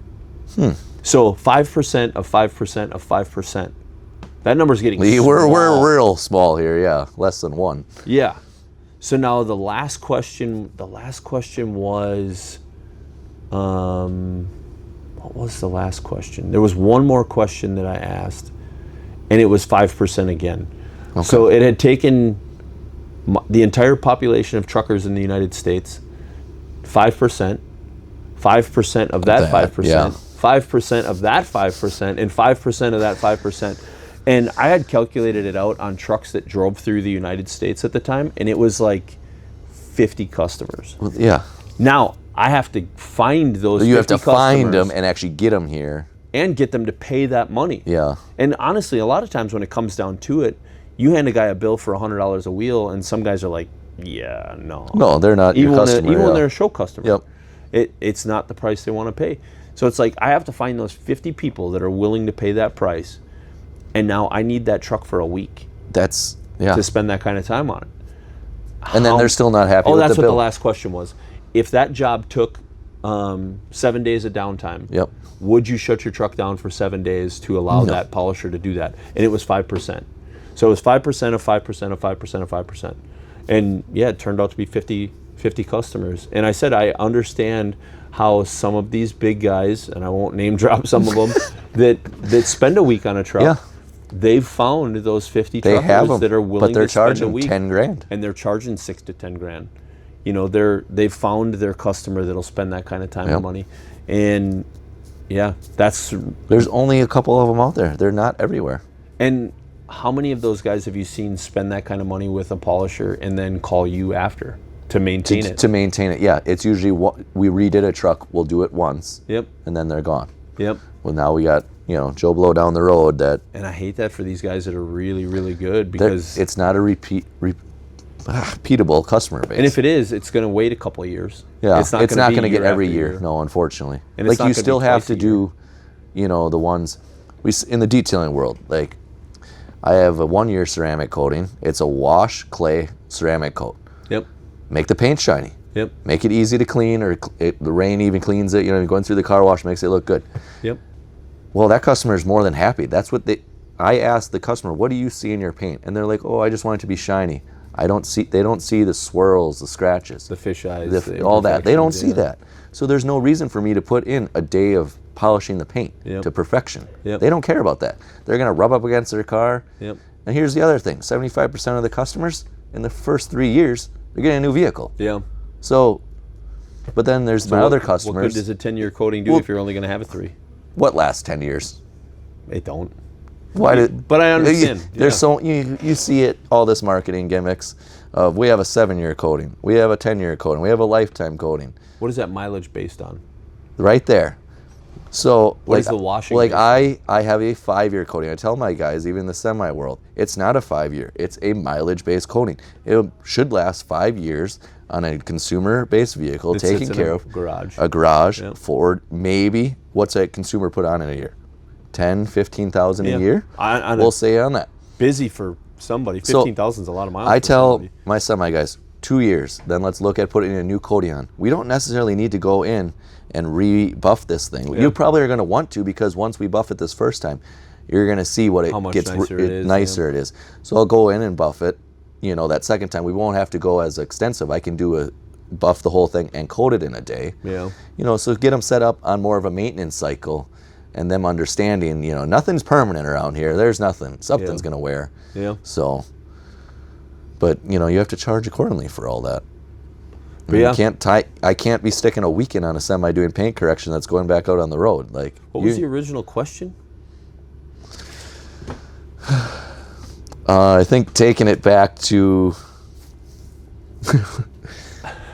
I'm trying to think. trying to think we kind of spiraled off we on that got one, way off. but we still answered the question. But I'm trying to think of what the original question was.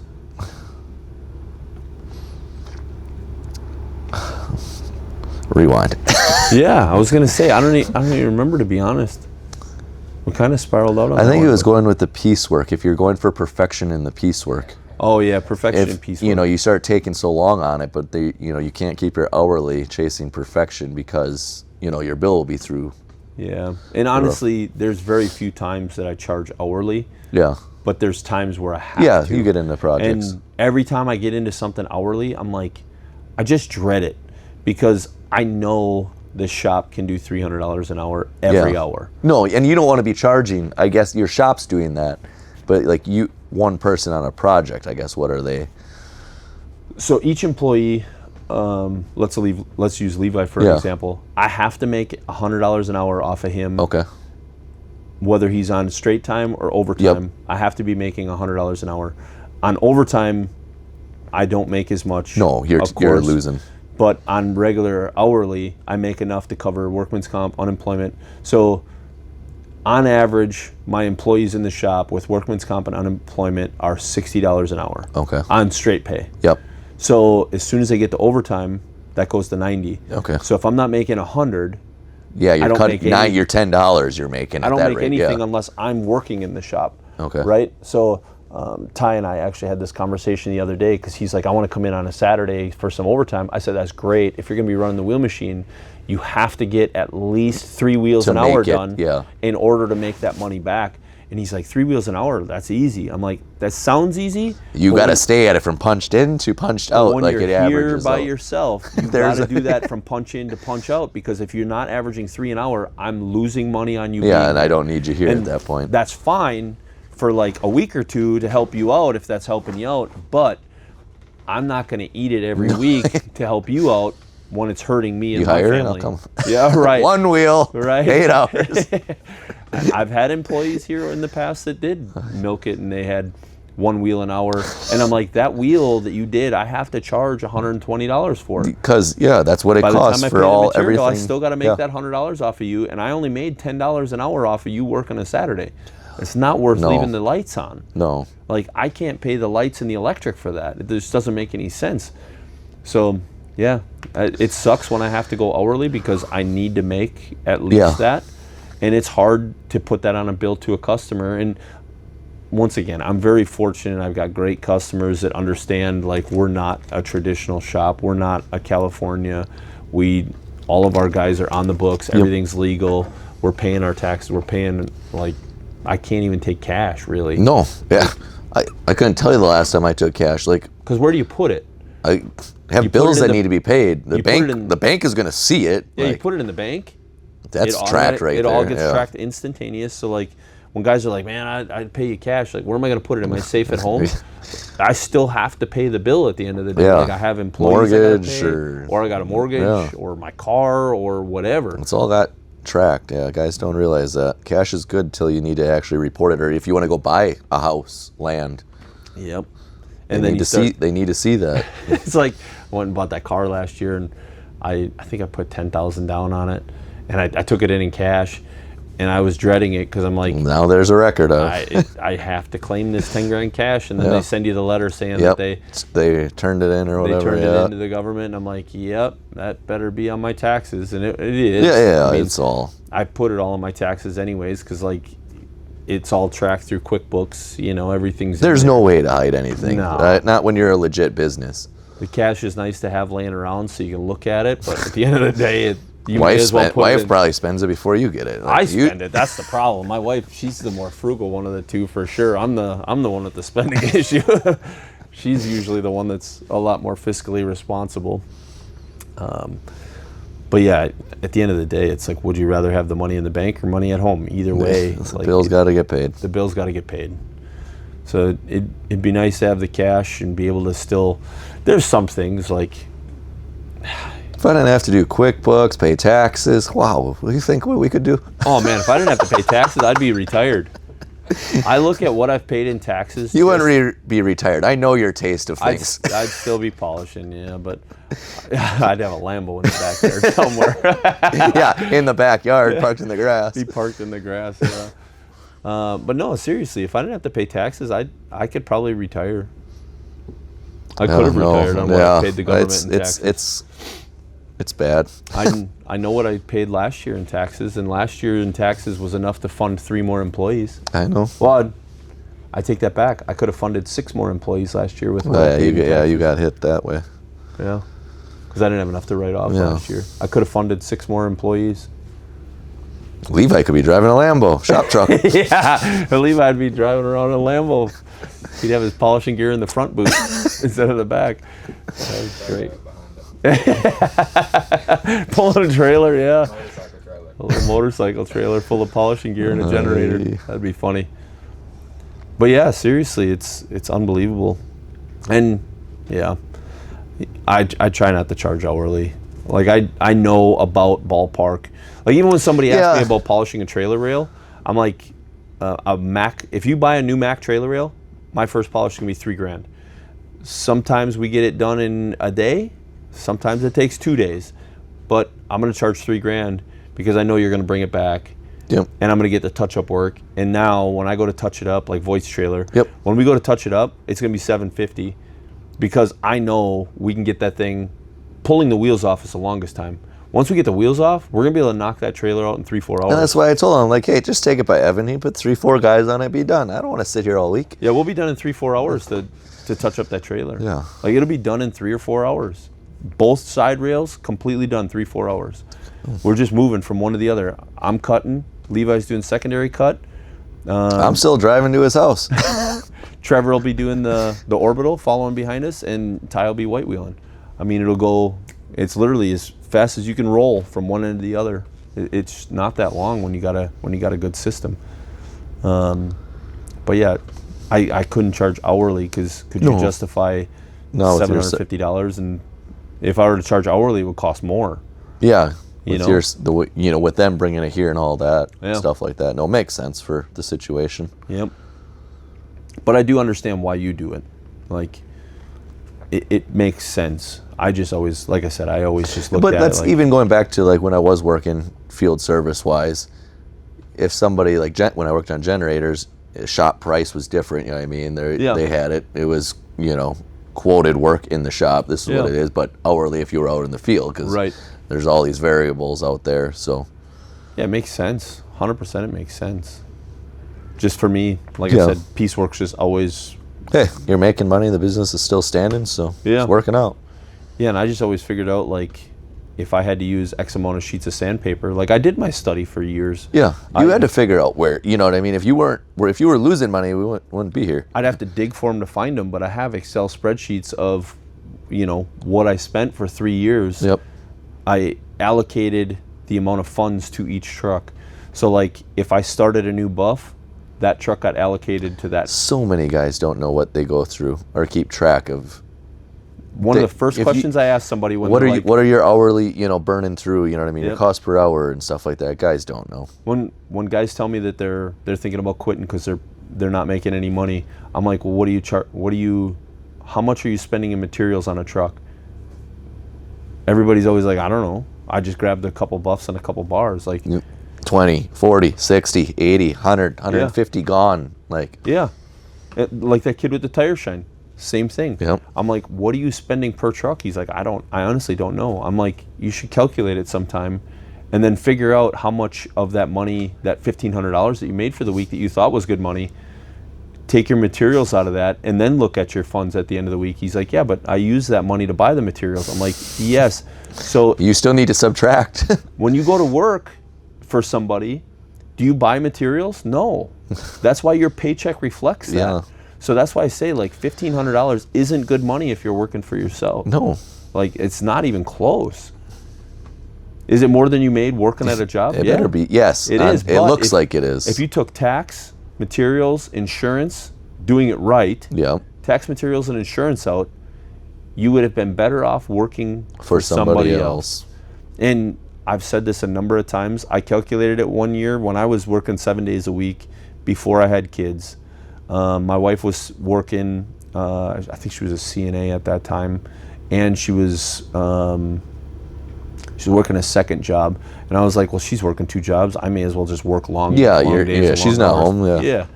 So I was working 7 days a week, and I made the mistake of calculating my hours that year. Don't ever do that. And that was back when I was cheap. Like I was doing $20 wheels and $40 a grill. Was this 1995? No, this was like 2010, like right before I started having kids. And I calculated it out, and I was like, I didn't pay myself overtime. Well, that's the thing. Weekends. I mean, I don't pay myself over, we're the owner. Yeah. So I was like, I should have gone to work at Walmart. And how many hours do you put in as a business owner unpaid? A lot. You can't track that. My phone rings at home. It's constant. I answer. There's always business going on. If you tracked those hours, people don't account for that. I wish my shop was a little further away because you're too being close. only 2 minutes away. You're a little close. Like if I'm at home and somebody's like, I really want to get on the schedule right now, I'm like, all right, I'll drive in real quick. And I'll drive in here and then I'll get on the schedule. But I left my family for 15 minutes. Yep. Not that that's a huge deal, but it adds up over the course of the week. Yeah. And inconvenient times, it's never the perfect time to leave while we're home. sitting there having dinner. Yeah. Like, all right, I'll run in real quick. It's only 2 minutes then away. you miss I'll go do dinner that. completely. Right. My dinner's cold. I did it last night. I ran during dinner because I gave the guy the wrong detailing product that he bought. Felt You bad. just wanted to make it so right? I wanted to make it right, ran it over. Well, then everyone's screaming when I get home because dinner had waited. They didn't eat when I told them to. So, yeah. Yeah, the unpaid hours is the tough part. And I had a customer just the other day that was like, I've never heard of a polisher that don't work weekends. I'm like, well, you met the right one, because I was like, listen, if you really want to get on a weekend, just take my estimate and triple it. Exactly. He's like, why is that fair? I'm like, first off, all of my employees are going to be on overtime, and I'm not going to have them take a No, they're not going to take a midweek day off. A Wednesday or a Thursday And I'm not going off. to take the midweek day off because my wife's working. The kids are in, just so that I can give you a Saturday. No. And if you want to pay triples so that I can cover their overtime, cool, we'll come in and work a Saturday. If I can make it profitable and I can get the guys to do it. There's going to be a bonus for me giving up a weekend. Yeah.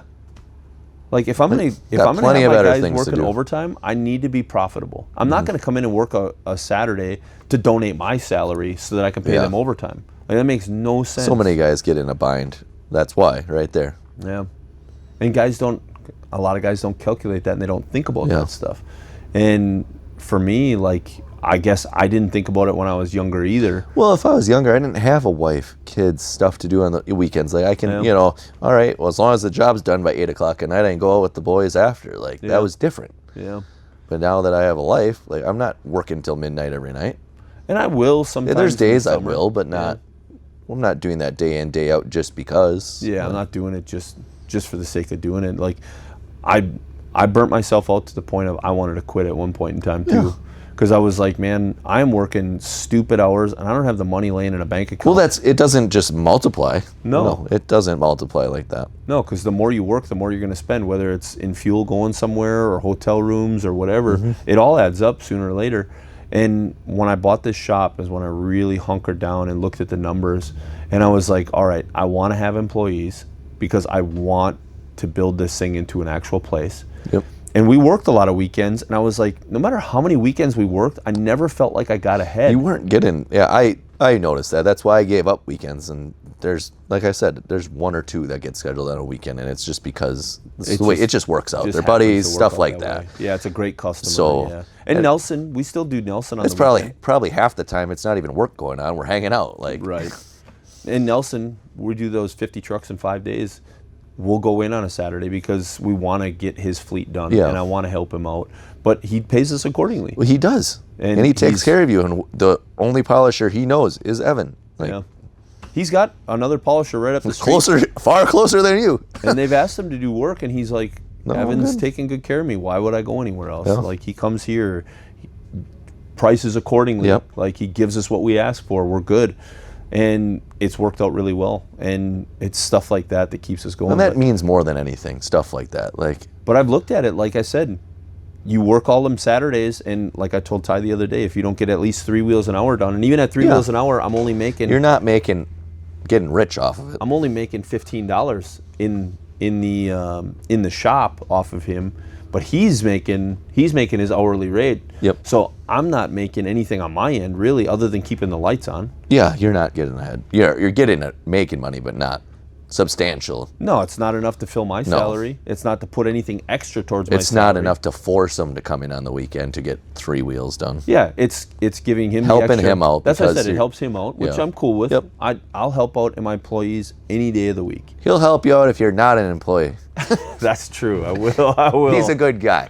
That's a true story. I have helped out plenty of people that weren't employees either. But no, it's just where it's at. Like, I'm not in this just to make money for myself, but I'm also not in it for the charity of it. No. Like, I'm not going to give away my own salary and hurt my family just to feed my polishing. We could all get a different job if we wanted it. Yeah. Be home, work 40 hours Monday through Friday and be home. Work 5-6 hours overtime every week and call it a day. But I couldn't see myself doing anything else. Levi and I have talked about this too many times. Like, I don't know if I'll ever be able to retire just because I love it too much. I don't, and that's me. I'll never retire because even growing up, like, grandparents had a farm, whatever, you know what I mean? So I had that background a little bit. They sold that, but then I was out by buddies that had farms. So my free time is working on something I enjoy.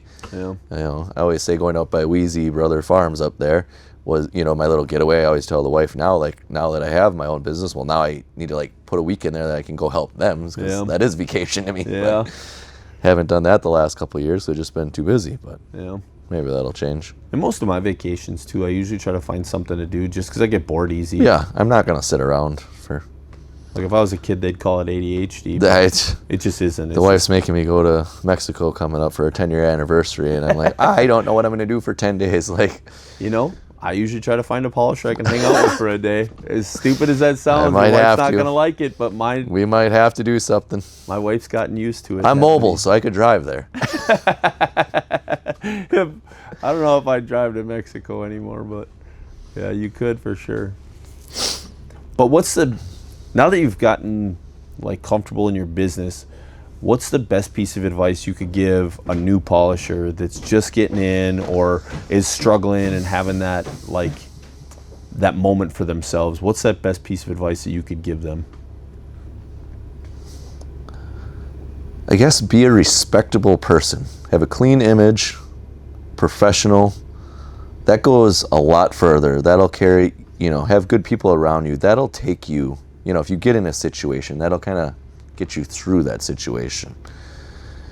You know what I mean? I like that. There's so many people I feel out there. You pull up to a site and you have a bad image coming in already. Well, the customer's already got a view on you. Mm-hmm. That's, putting you in the corner already. Now your work's maybe not perfect. The customer's already not mad at you, but already grungy. Already got this negative image.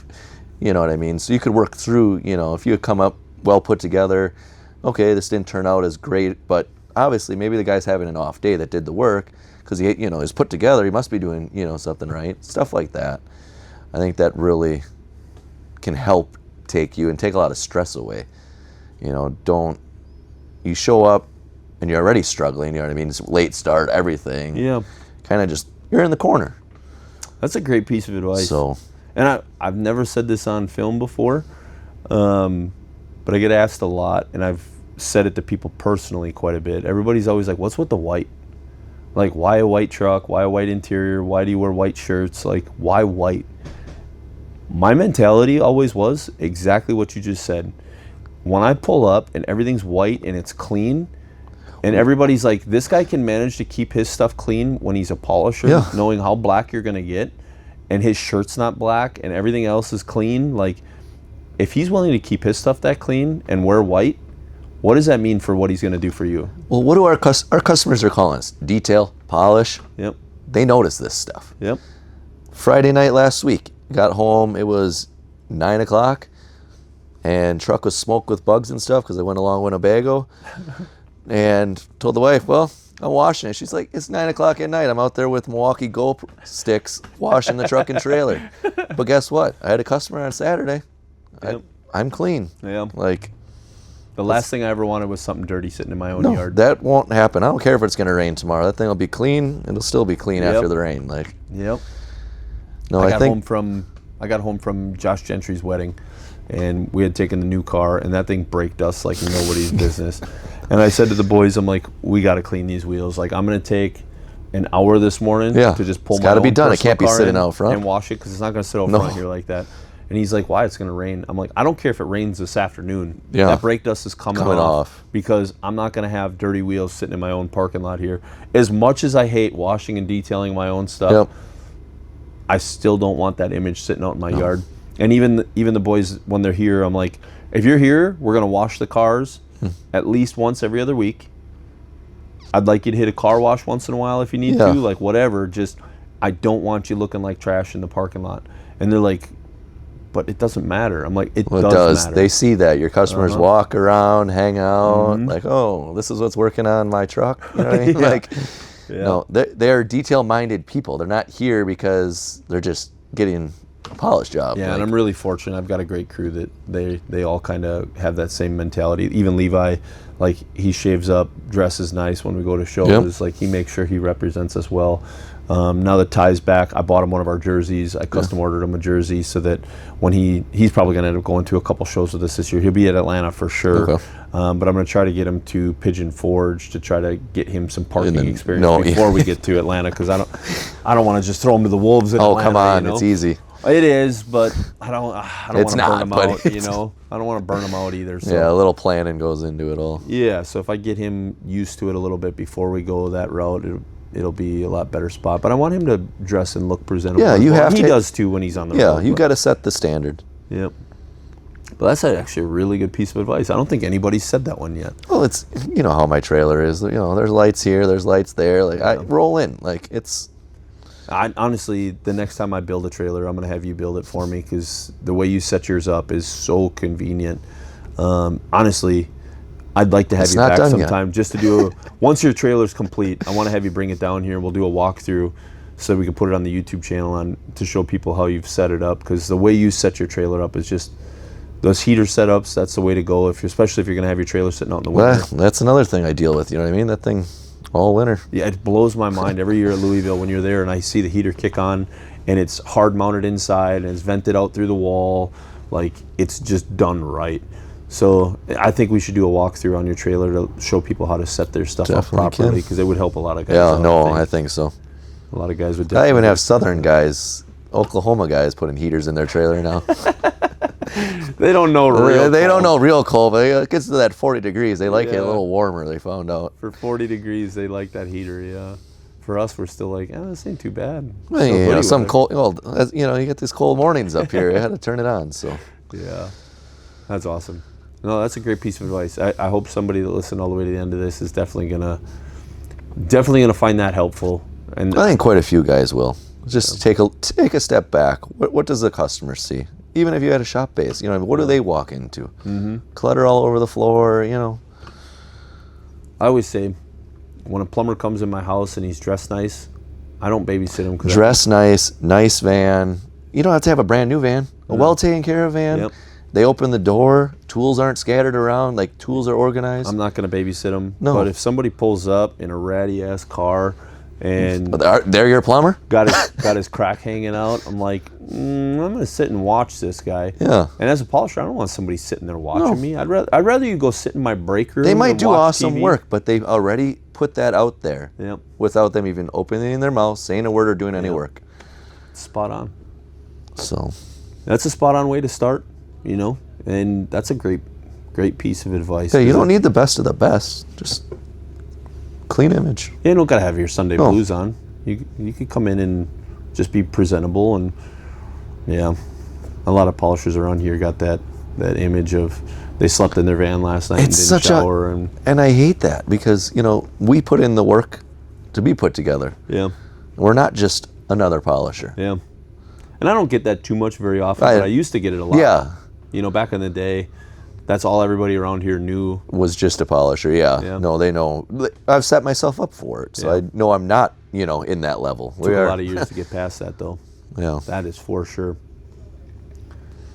All right, well, the best part for you and the worst part for me is come to the end, but there'll be more. I let you ask me a question of something you might think. Didn't even think about this yet. Would We help might have to go on somebody. to the next episode so I can really think. Holy cow. But yeah, I always put you guys on the spot at the end to ask me a question. That is right. And put me in the hot seat for a second. I've spent the better part of 2 hours keeping you in the hot seat, so it's your turn to throw it at me. Where is the next step for business? Is it growing employees, products, or building a kingdom of... That is a great question. Because I know we talked, back when the whole Chilton deal was going on, but this came up as a better, situation. Yeah, I wanted to expand into a bigger location.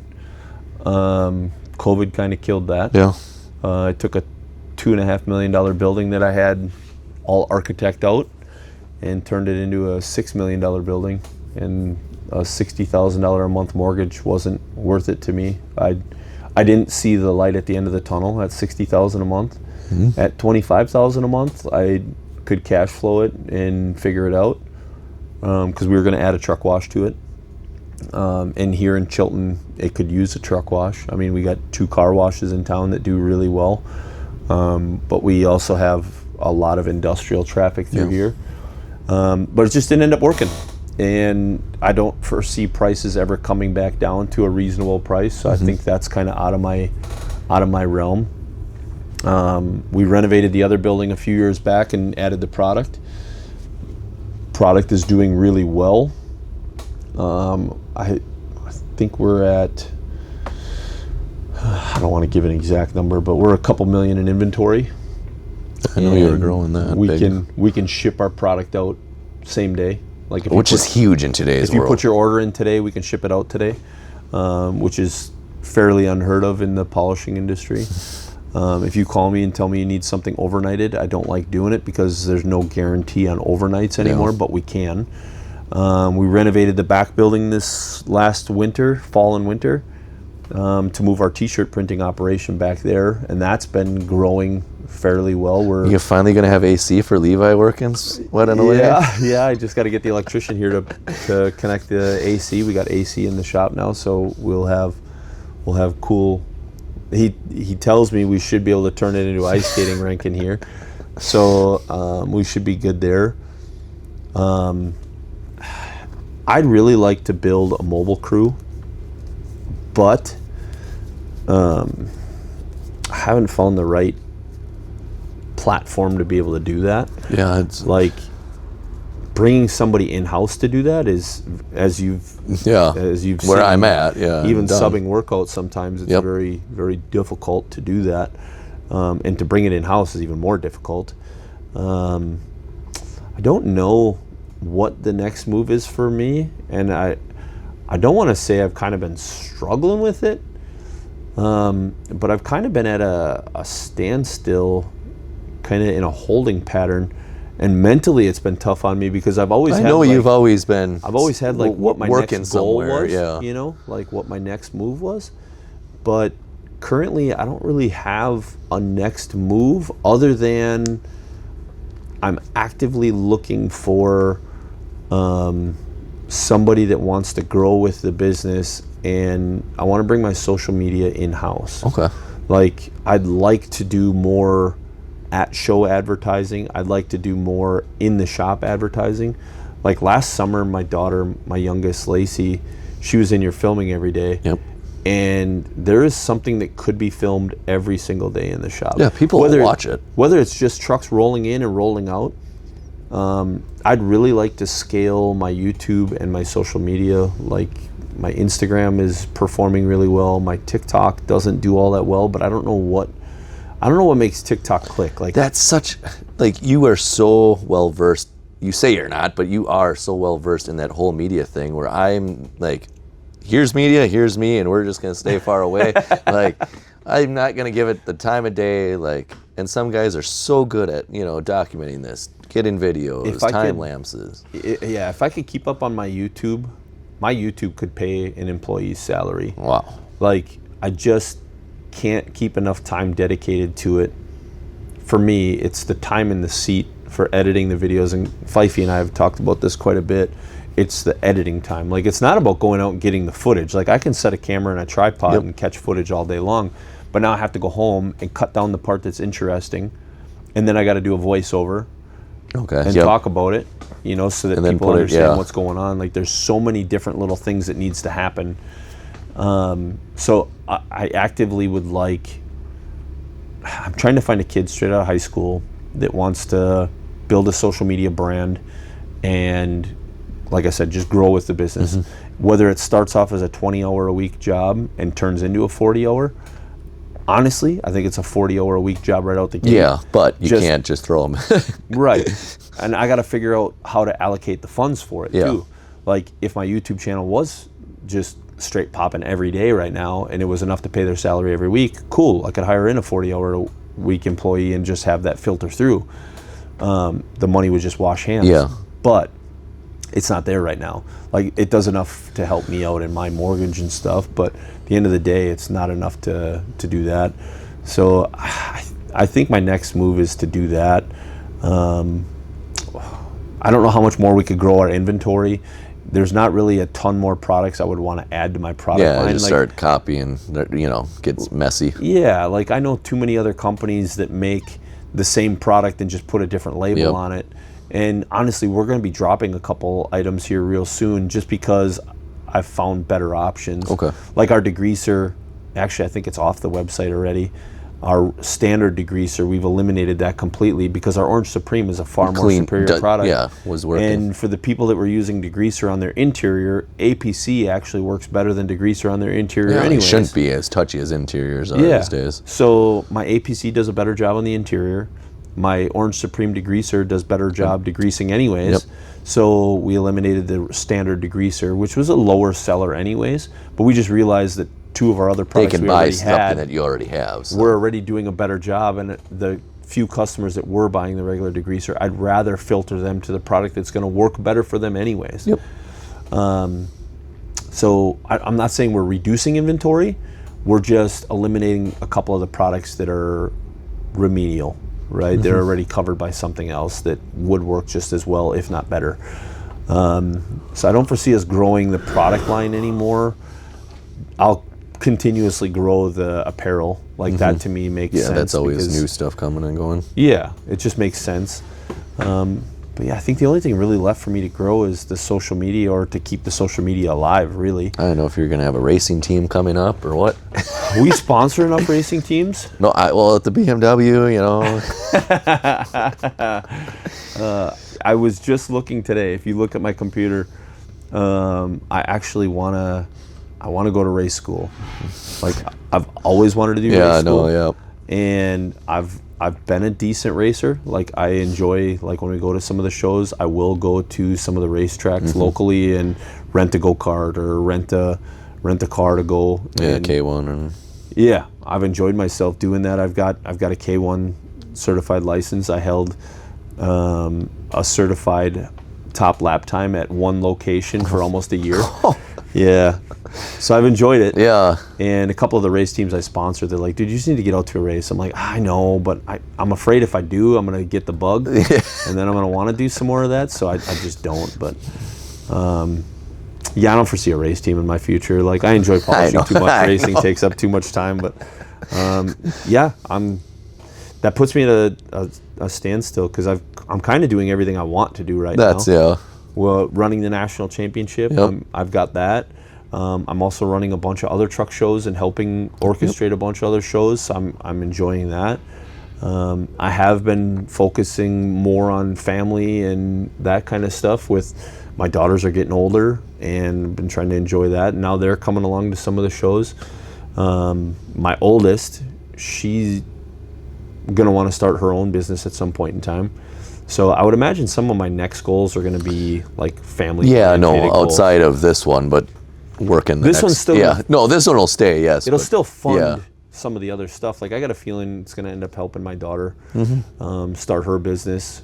I don't think I'll end up being involved in that too much, other than the funding side or the business support to walk her through some of the issues I had when I was first starting off. That I wish you got to do. But yeah, man, that really stumps me. I don't know what the next move is for us. I definitely want to grow the employee side. I'd like to get a second shift. We've been talking about it forever. Okay. My biggest thing is I got to get somebody I can trust in here that also maintains hours of the employees and ROI and keeps track of the money coming in, money going out. I'd like to clone Levi. that'd be ideal because he's. Well, if you tell him you just need him all day, he's fine. I know he would. The problem is put him on overtime and it starts to hurt in a hurry. Yeah. So I'd like to clone him and build a second shift around him. Okay. I now have a first shift built around him. I could honestly step out of the shop, and honestly next week I'm going to be in Canada for the truck show up there, and Wednesday, Thursday, Friday I've got 3 show trucks coming in. And I think that's a good spot to be. You know what I mean? Who says you have to keep growing? You know what I mean? If everything's working, just maintain. Some people are always, what's the next? What's the next? Yeah. Like, I saw a post, I think yesterday. I know people that are happy at, $100,000 a year, and I know people that are miserable at $10 million a year. You know what I mean? Like, if you're, everything's working out, and what's the point of, And that's really where we're at, is like my salary is enough to keep me happy every year. And we've been dumping a lot into the business, trying to build up our inventory so that we could ship out a day to day. That it put a lot of financial stress on us for a number of years. I've got some really good office staff. I've got some really good shop staff right now. As long as everybody stays, like, we're sitting in a pretty good spot right now. I've got more work than we can handle in the shop. I mean, like I said, just yesterday we had 61 wheels show up that aren't on the schedule that have to get squeezed in at some point in time. So, to keep up with all that, I've got happy wife, happy life at home. What more, I got healthy kids. Nothing to... My oldest, she loves going fast. That's going to be a problem at some point in time with a new vehicle coming. And my youngest, she loves the social media. I'm hoping she wants to step into the social media role for me so that I can keep family involved. I could employ her for a lot of years. Yeah. So we'll see. We'll see what the next move is. But I got a feeling it'll probably be a second shift to the shop. We'll employ more people at some point in time. Like I said, just remember, I don't work weekends.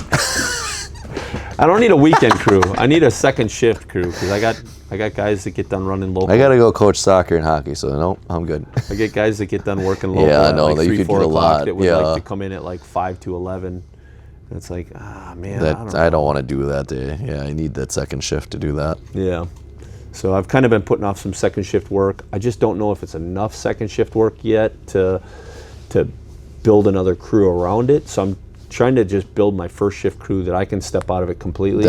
Being able to step away is huge. If I could fully step away from the shop, it would be ideal. And like I said, I can right now. It's just I still like making the money myself yet, but I don't know. That'll step aside at some point in time. But yeah, well, I appreciate you coming in and spending the time. Finally caught up for a little bit. Yeah, about 2.5, almost 3 hours. It'll be a lot of really good information again that I'm sure somebody's going to listen to, and it's going to help somebody. And that's the whole point of these. Yeah, no, we'll have more. Polisher's Corner podcast. Keep throwing. I've talked with JJ and a few other of the guys, and we want to get like a group podcast together. We did one years back with Golly, that's gonna get wild. Zach and Keenan and some of those guys. And JJ had said, he's like, it'd be great to just get a couple buddies together and let's just talk and just spitball some of the things that we've done. And I'd like to ask other people, not just ourselves, questions too, like, what did you do in this case? And I'm like, that's actually a really great idea. Throw out some situations, have like a little round table, and I think that would make for some good podcasts too. So I think we're gonna do that at some point. Because there's always another way to do something. We just gotta carve out the time where we can get everybody together. It's probably gonna end up being at a truck show, and we did a few of those live truck show videos at. We'll just have to tell everyone, we ain't helping you clean. We got business to do. We're going to be here talking. Yeah, well, JJ's going to be up here for Road America again. Okay. For the IMSA race. Yep. For Lexus. So, but we're going to be in Pigeon Forge that week. So that's going to suck. But I'm going to try to get him here on like that Monday or Tuesday before we leave for Pigeon Forge. Because he comes in a day early and he's not really that busy anyway, so I think I'm gonna cook some steaks out at the house. So maybe we'll do a podcast at the house. Maybe have you let's just shoot out there. Maybe have you swing by that night, and we'll just do a round table at the house and just we'll sit and eat steaks and talk shit. I think it'll be a fun time. So I'm gonna try to get a group of us together, and maybe we'll make that happen. We'll make it. But appreciate you taking the time out of your day to make this happen, because I know you're busy as well. But like I said, we've been working on it. It's only been a couple of years. Yeah, 3 years to make this happen. But like I said, I knew some of the information you were going to have was going to help somebody. Yeah. And I hope somebody listened to this got it. And it's Conrad's Detailing and Polishing. Yep. He does all of my ceramic coatings here locally. He also does a lot of the polishing that I don't want to do. I just send it back. This guy's cheaper down the road. Here you go. Go to him. But I let you do it one time, and then I don't. Yeah, exactly. Somebody's got to bite the bullet and do the. But yeah, no, I appreciate you coming and spending the time, and somebody's gonna really love it. So perfect. Thanks for the time, and we'll see you on the next one. Boots on the floor, yeah, we about to go. Another episode down, thought you ought to know. From the shop to the truck, you've been riding along. Tuned all the way in, now we're closing this song. Thank you for listening. We feel that heart to the Polisher's Corner.